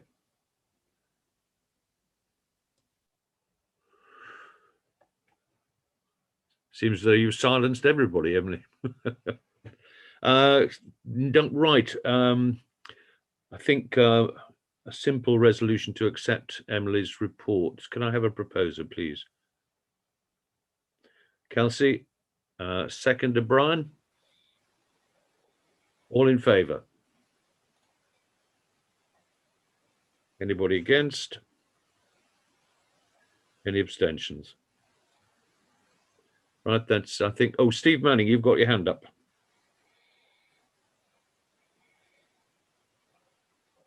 Yeah, I'm abstaining for that one. You're abstaining. Okay, thank you. So that's everybody in favour, I think, Anthony, except for one abstention. Yep, and Gary Piddock's absent at the minute. Okay, but certainly a clear majority. Ladies and gentlemen, we are 8 minutes short of the lunch deadline. I would suggest we do break now, and that just leaves 3 items to deal with after lunch. So if you're happy, let's reassemble at 1:45, please. All right? Yep, can you mute yourselves and turn off your video, please? Just to let you know, I'll be leaving the meeting now. All right, well, let's move on straight away to item 12, which is the verbal report on the RPA review. Stephen, over to you. I noticed that Elle was here for a while at the beginning of the meeting. She's from RPA, but she's not there now, is she? Elle, yes, Claiborne, Elle Claiborne. She is there, but whether she just got her video off. Ellie, if you're there, can you show yourself? Hi, I am here. I'm having technical issues. My video is not working at all. I don't know if you can actually hear me because that wasn't working either. Loud and clear. Oh, great. Okay, yes. Hi, I am here. Sorry about my video issues. All right, no problem. I think Catherine can leave, Stephen. I don't think we need her for the No, that's fine. So, Elle, do you want to give the update? I've got a few notes if you want me to say anything. Chair. Happy, Elle, happy for you to speak if you'd like. Trevor, do you want? No, Chair, before we reconvene and continue, could I point out that I may have voted inappropriately in the penultimate agenda item before lunch in the science report. I did declare an interest in it and then voted when I probably shouldn't have done so. So if that vote could be expunged, I'd be really... Thank you for that admission, Mr. Jones. I'm sure our referee will amend the voting accordingly. Thank you. Okay, well, Elle has come back, I think. Can you hear us, Elle? I can hear you, yes. Hi. Well, we've got an agenda item for an update on the RPA report. Do you want to give that, or do you want me to just give the little bit of information I've got? Yes, well, I don't really have any more than what I said to you, which was we have the surveys in. We're currently analysing the data. When I left it earlier today, we were pulling the data, making graphs, but there's nothing to report from it yet. Once that data is analysed, we will then formulate the questions for the more in-depth interviews, which hopefully will happen very soon. Elle, can I just ask one question out of interest? How many responses have we received?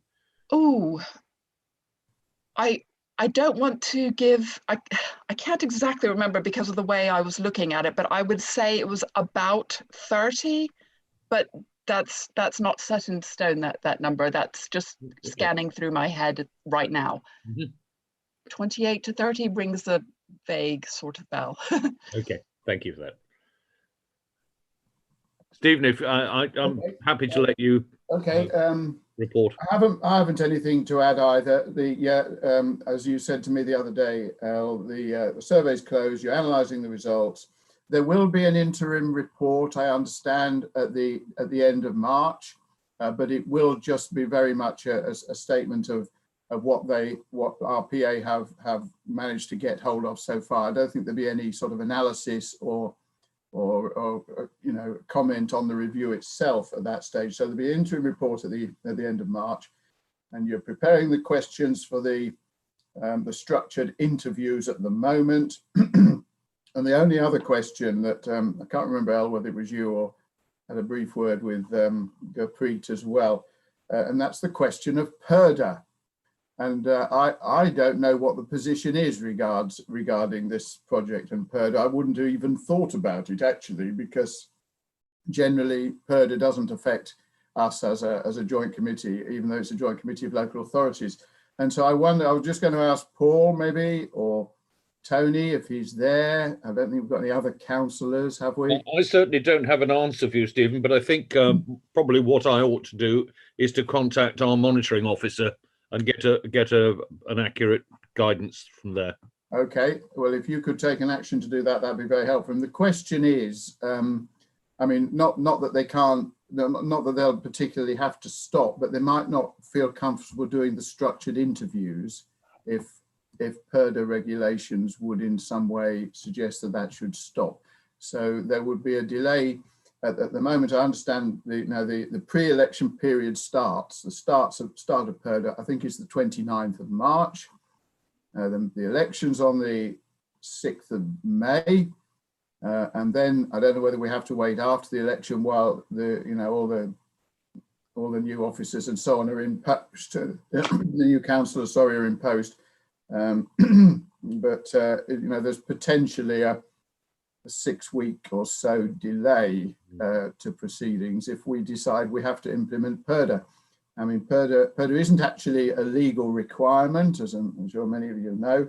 It's kind of a guidance, advisory, not to issue anything, any new statements or policies or documents and so on, which could have an impact on the election as it goes along.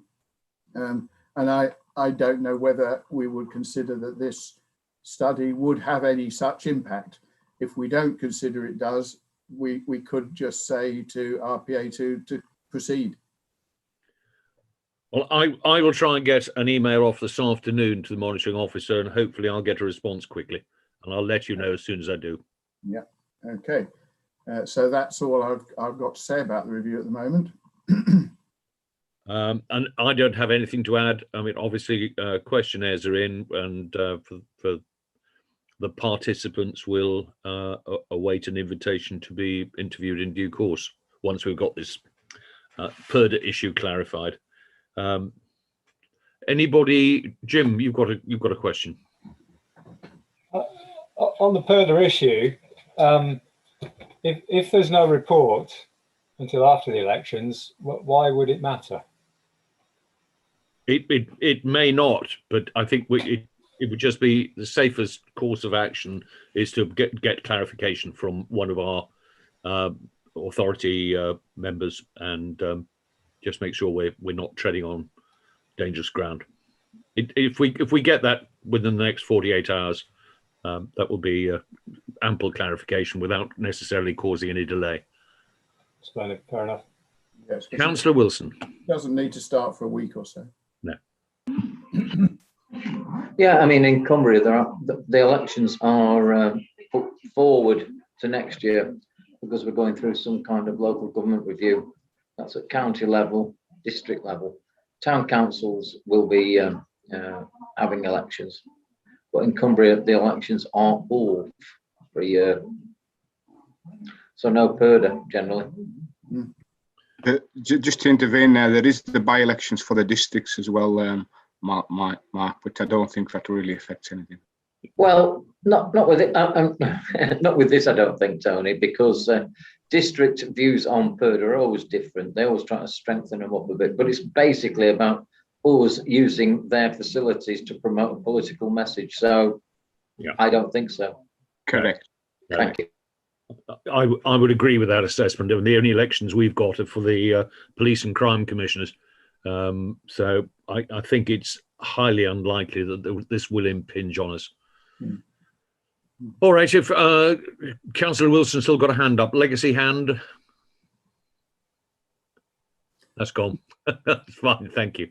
And no further queries, questions. We'll proceed to item 13. Stephen, over to you for the annual plan monitoring, Q3. Yes, that's right. It is the usual monitoring. I've added quite a lot of comments into the plan this year in relation to COVID working in the early part of the plan. Apart from that, I've completed the Q3 table as usual. Is that okay? There was, I just had one question that and it's been a question that's been really hanging around for some time, because you mentioned, I did spot it when I read the report last night. I can't pick it up at the moment, but you mentioned induction for new members in that report. And it's something, certainly when I became a member some 5-6 years ago now, I didn't get any induction at all. I'm not aware that we actually have anything in place for induction. Could you clarify what is done for new members? Well, we supply quite a comprehensive set of documents by way of induction. You know, the Constitution, the bylaw book, some past reports, and that sort of thing. We haven't actually done a face-to-face training induction session for a long time.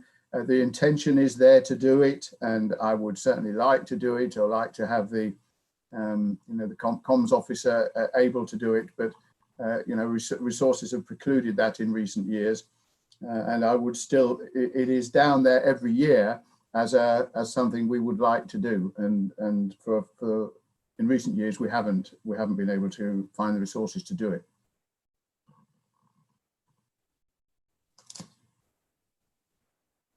I don't think I've got any other comment. Any further questions for the CEO from anybody? Trevor? Yeah, thanks, Paul. Excuse me while I try and get to where I was before. The fisheries within the district. Sorry, you'll have to bear with me. I've lost the... coming up. Table 1, regulation of fisheries in the district. We've got cockle and mussel. In cockle, the gear type is defined as hand gathering, occasional dredging if authority permits. There's no reference to dredging in the mussel species column. It looks as if it's all hand gathering that collects mussel in the authorities district. No, that's a fair point, Trevor. I should mention dredging in there, shouldn't I? I think given the rest of the table, yeah, it wouldn't be unreasonable, would it, Stephen? No, not at all. No. Just for information, for my own satisfaction, really, in figure 1, we've got a nice organogram, I think it's called, of who does what and who's in line to whom within the authority. I wondered how many employees there were in total within the North West IFCA at the moment, please. Fluctuates slightly. I think at the moment it's 21. 21, thank you. And then moving on to the table 4, there's an awful lot of stuff being still assigned to Mandy within that table, which seems a bit anachronous at the moment. Yes, right. That is correct. I haven't changed the lead officer column, have I? I didn't update the lead officer column. No. Which obviously I should have done, and I need to take out MK. Yes. And assign it to somebody else, presumably. Yes. Okay, that's it. Thank you, Chair. Thank you.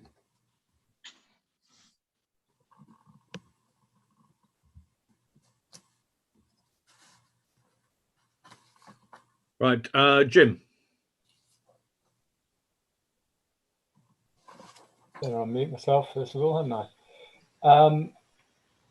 Couple of queries again. Trevor queried the personnel number. Did you mention, Trevor? Sorry, I got distracted trying to find my place, so I might have missed the question you asked. In paragraph 11, we have an update from June, an update for November, but not an update of the situation now, March 2021. Sorry, is that to me, Jim? Well, it's to Stephen, really. Apologies to everyone if that's something you mentioned, because I lost the relevant window on my desktop. I was digging around trying to find it, and then I suddenly realised you'd asked a question about personnel. So better to ask it twice than not at all. Shouldn't there be a March 2021 update in paragraph 11? Yes, I think there should. Well, I know there should, but that would be great. Okay.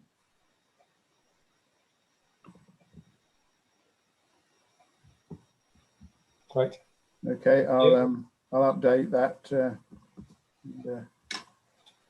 Change. We're not saying, Stephen, that same paragraph, it says because of COVID-19 restrictions, recruitment can't take place. But there's no legal requirement there. I mean, I know plenty of other businesses who did recruit during that time. Well, I think as a public body and a local authority, I think they probably did stop for quite a long time in 2020, from about March through to whenever they got started again. But it's also personal circumstances, and with all the working at home and the restrictions on working, not all officers were not comfortable with us doing recruitment for quite a long period, and so we just didn't do it. I mean, Mandy actually was particularly not comfortable with recruiting. Okay.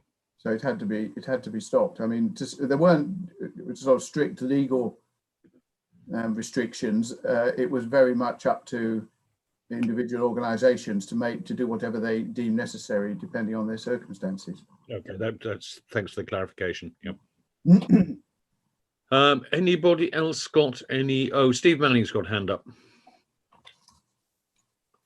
Yeah, well, while we're on the same subject that Trevor brought up, table 5, proposed survey programme, it only mentions right at the top, Silith subtidal muscles, dread, grab, side, sonar, but there's no mention of intertidal muscles, surveying intertidal muscles.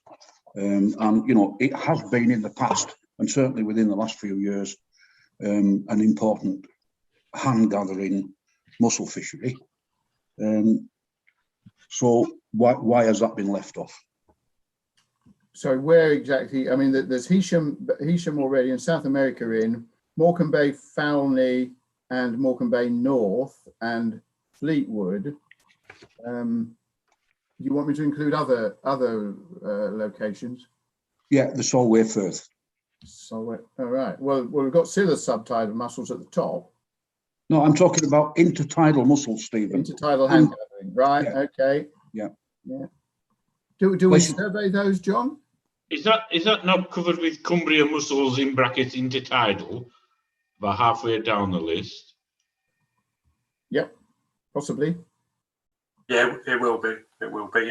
We tend to do it more on a information base. So the local IFCOs, when they go out, you know, on quad patrols, they'll have a look and see what stock's there. If it looks like there's a decent stock that could be commercial, then we would plan in surveys. But just from prioritisation, we don't plan to survey every year, only when there's a need to.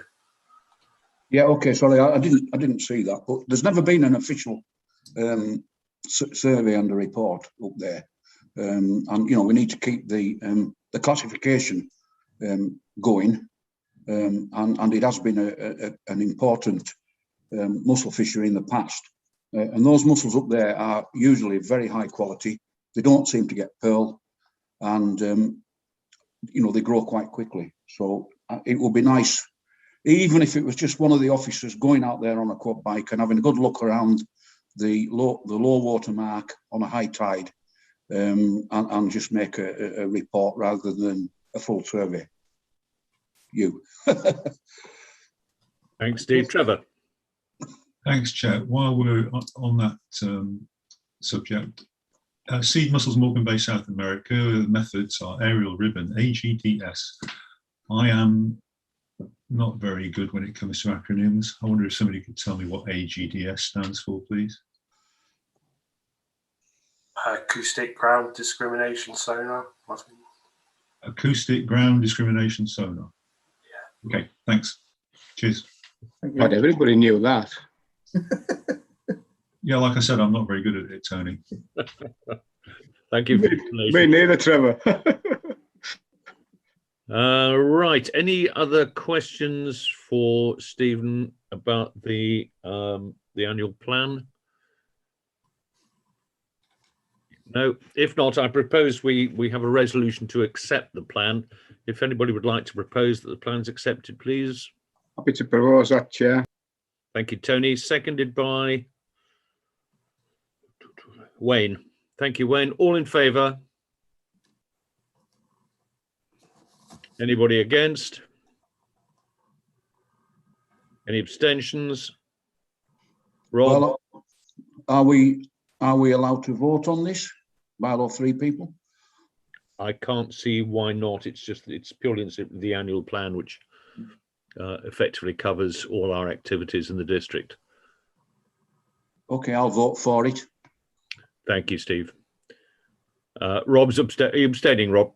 I am, but can I just have a quick chat before you actually? You can indeed. If I was to vote for it, it wouldn't be on the actual timings of the surveys, yeah? Because obviously we're looking to see if we can do something with the actual fisheries themselves, as in moving the timings a little. So I will still be abstaining because obviously I've got an interest, but more importantly, I think there's another conflict there because of the timings that's on there, yeah? So if everybody agrees that this is right, when it comes round to the actual next meeting, right, what we're doing, are we going to move the fisheries forward? It's going to be a case of, oh, well, no, because everybody agreed the annual plan. Yeah. I don't think that necessarily implies that it's cast in tablets of stone and can't be treated with an element of flexibility. Stephen, would you agree with that? Yes, certainly. I mean, actually, this is a plan that relates to the 1st of April 2020 to the 31st of March 2021. So it expires anyway in 2 weeks' time. Okay, I'll agree to it then. I still need to abstain. It's a plan of what survey work we intended to do, and there's a similar table in the next annual plan, which will come into operation on 1st of April. Henceforth, Rob, you'll be known as my flexible friend.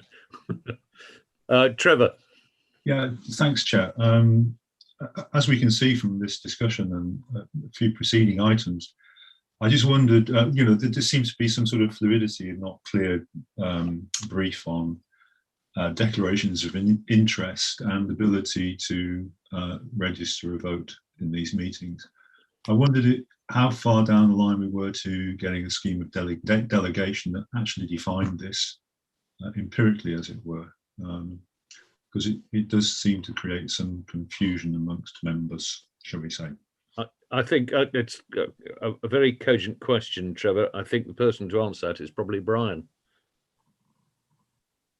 Well, maybe it's us, actually. Maybe it's officers. I don't know what you think. Whether you want to say anything, Brian, I'm happy to pick it up. Fair enough, Stephen. Fair enough. Is that okay, Brian? Yeah, absolutely. Yeah. We are pretty close now. I think Anthony probably could confirm to me that we've got all the applications for dispensation in now. It has taken this long. We've only had the last few in the last couple of weeks or so. Am I right on that, Anthony? Or have you still got one or two outstanding? There's just one, but we're sorting that today. So okay, right, yes. So it has taken us this long to get everybody's forms in. And then when we've got them all in, we can go ahead and issue the, we could discuss the dispensations, and that might involve a meeting of the General Purposes Committee or some such. So there's just a little bit more process to do. And also what we have done is we've updated the Constitution, made the changes that were agreed at the previous meeting. So that is about ready to be published again. It's actually quite minor changes, but we have done those. Do you want to say something, Brian? Come on. Yeah, I mean, I would just agree that it is potentially confusing for members when they have to declare an interest in a meeting, particularly if an agenda item comes up which is not covered by their existing registrations. The new scheme that we have now that was approved by the authority will obviously lead to a situation where people have registered their interests, or the existing ones, under the appropriate categories. But we still have the issue where in the course of a meeting, the person has to decide whether it's a disclosable pecuniary interest or an other disclosable interest. I mean, generally all interests are registerable, and that's the approach that I've always taken. If in doubt, register the interest. Trevor's question alludes and goes to the point, am I able to vote dependent on what the nature of the interest is?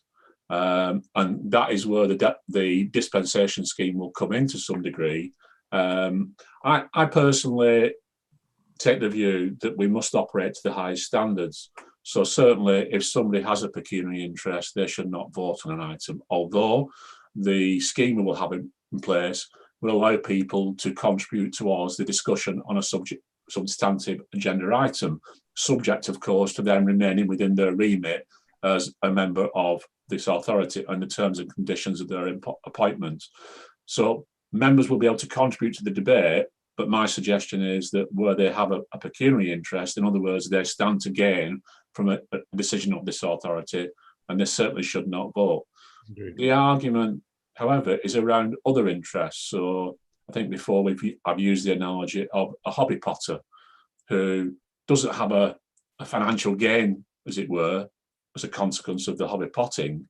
But if an issue arose before the authority related to hobby potting, what would the person in the street think of a person who held the hobby potting license if they voted one way or another on that issue? What would they think?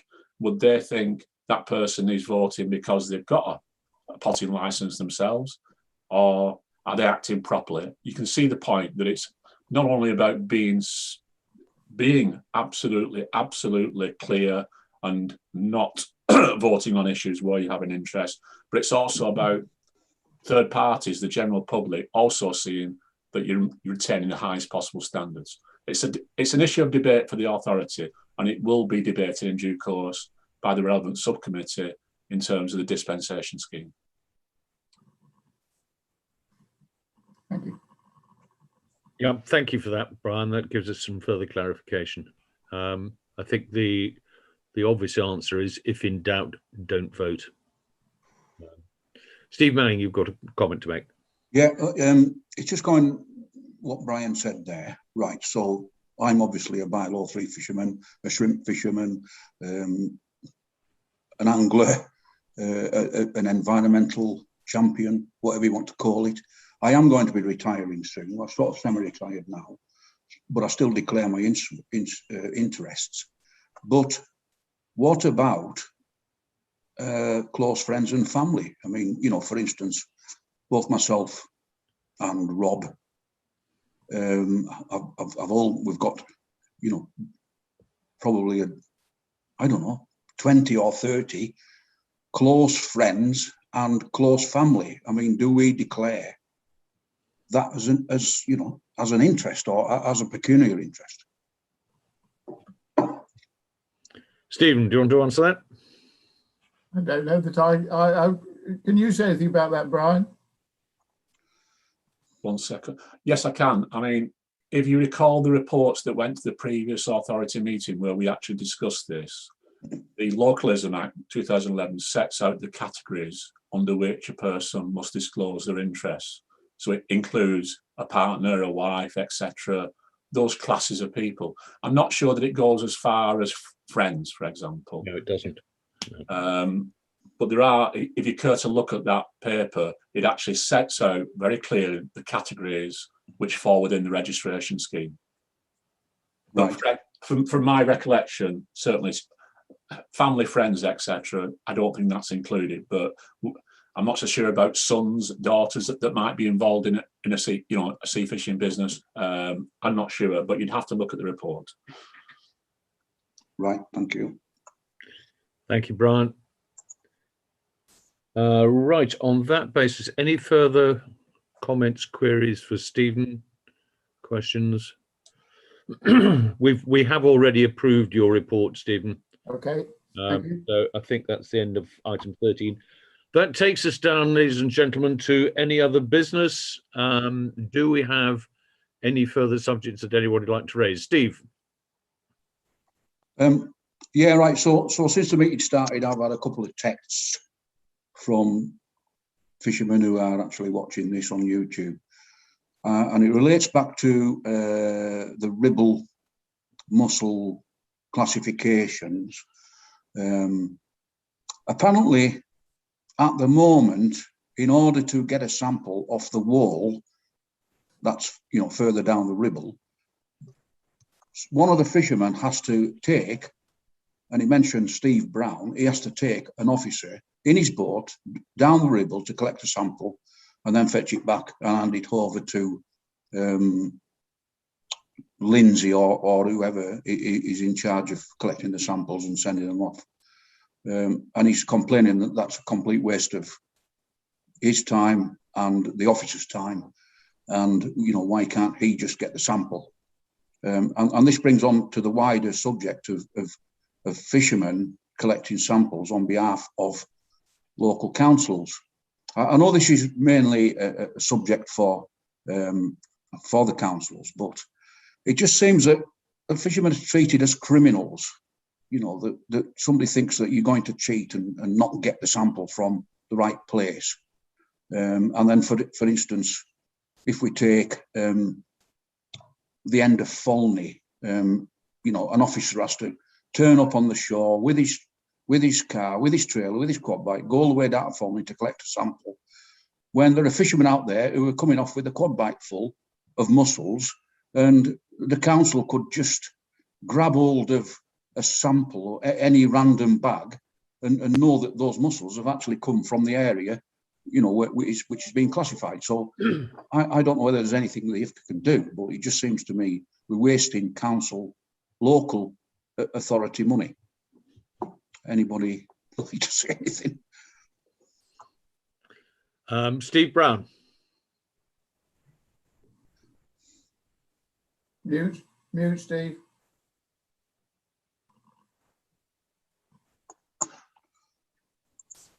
Still muted, Steve. We can't hear you. Steve Brown, you're still muted.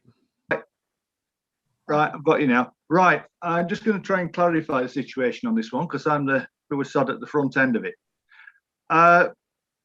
After I retired as a fishery officer and had become a member, I was approached by fishermen from the Ribble if I would act as a sort of honest broker stroke witness for West Lancs, for them or me to gather mussels from a bed that was not financially viable for the authority to collect a sample from.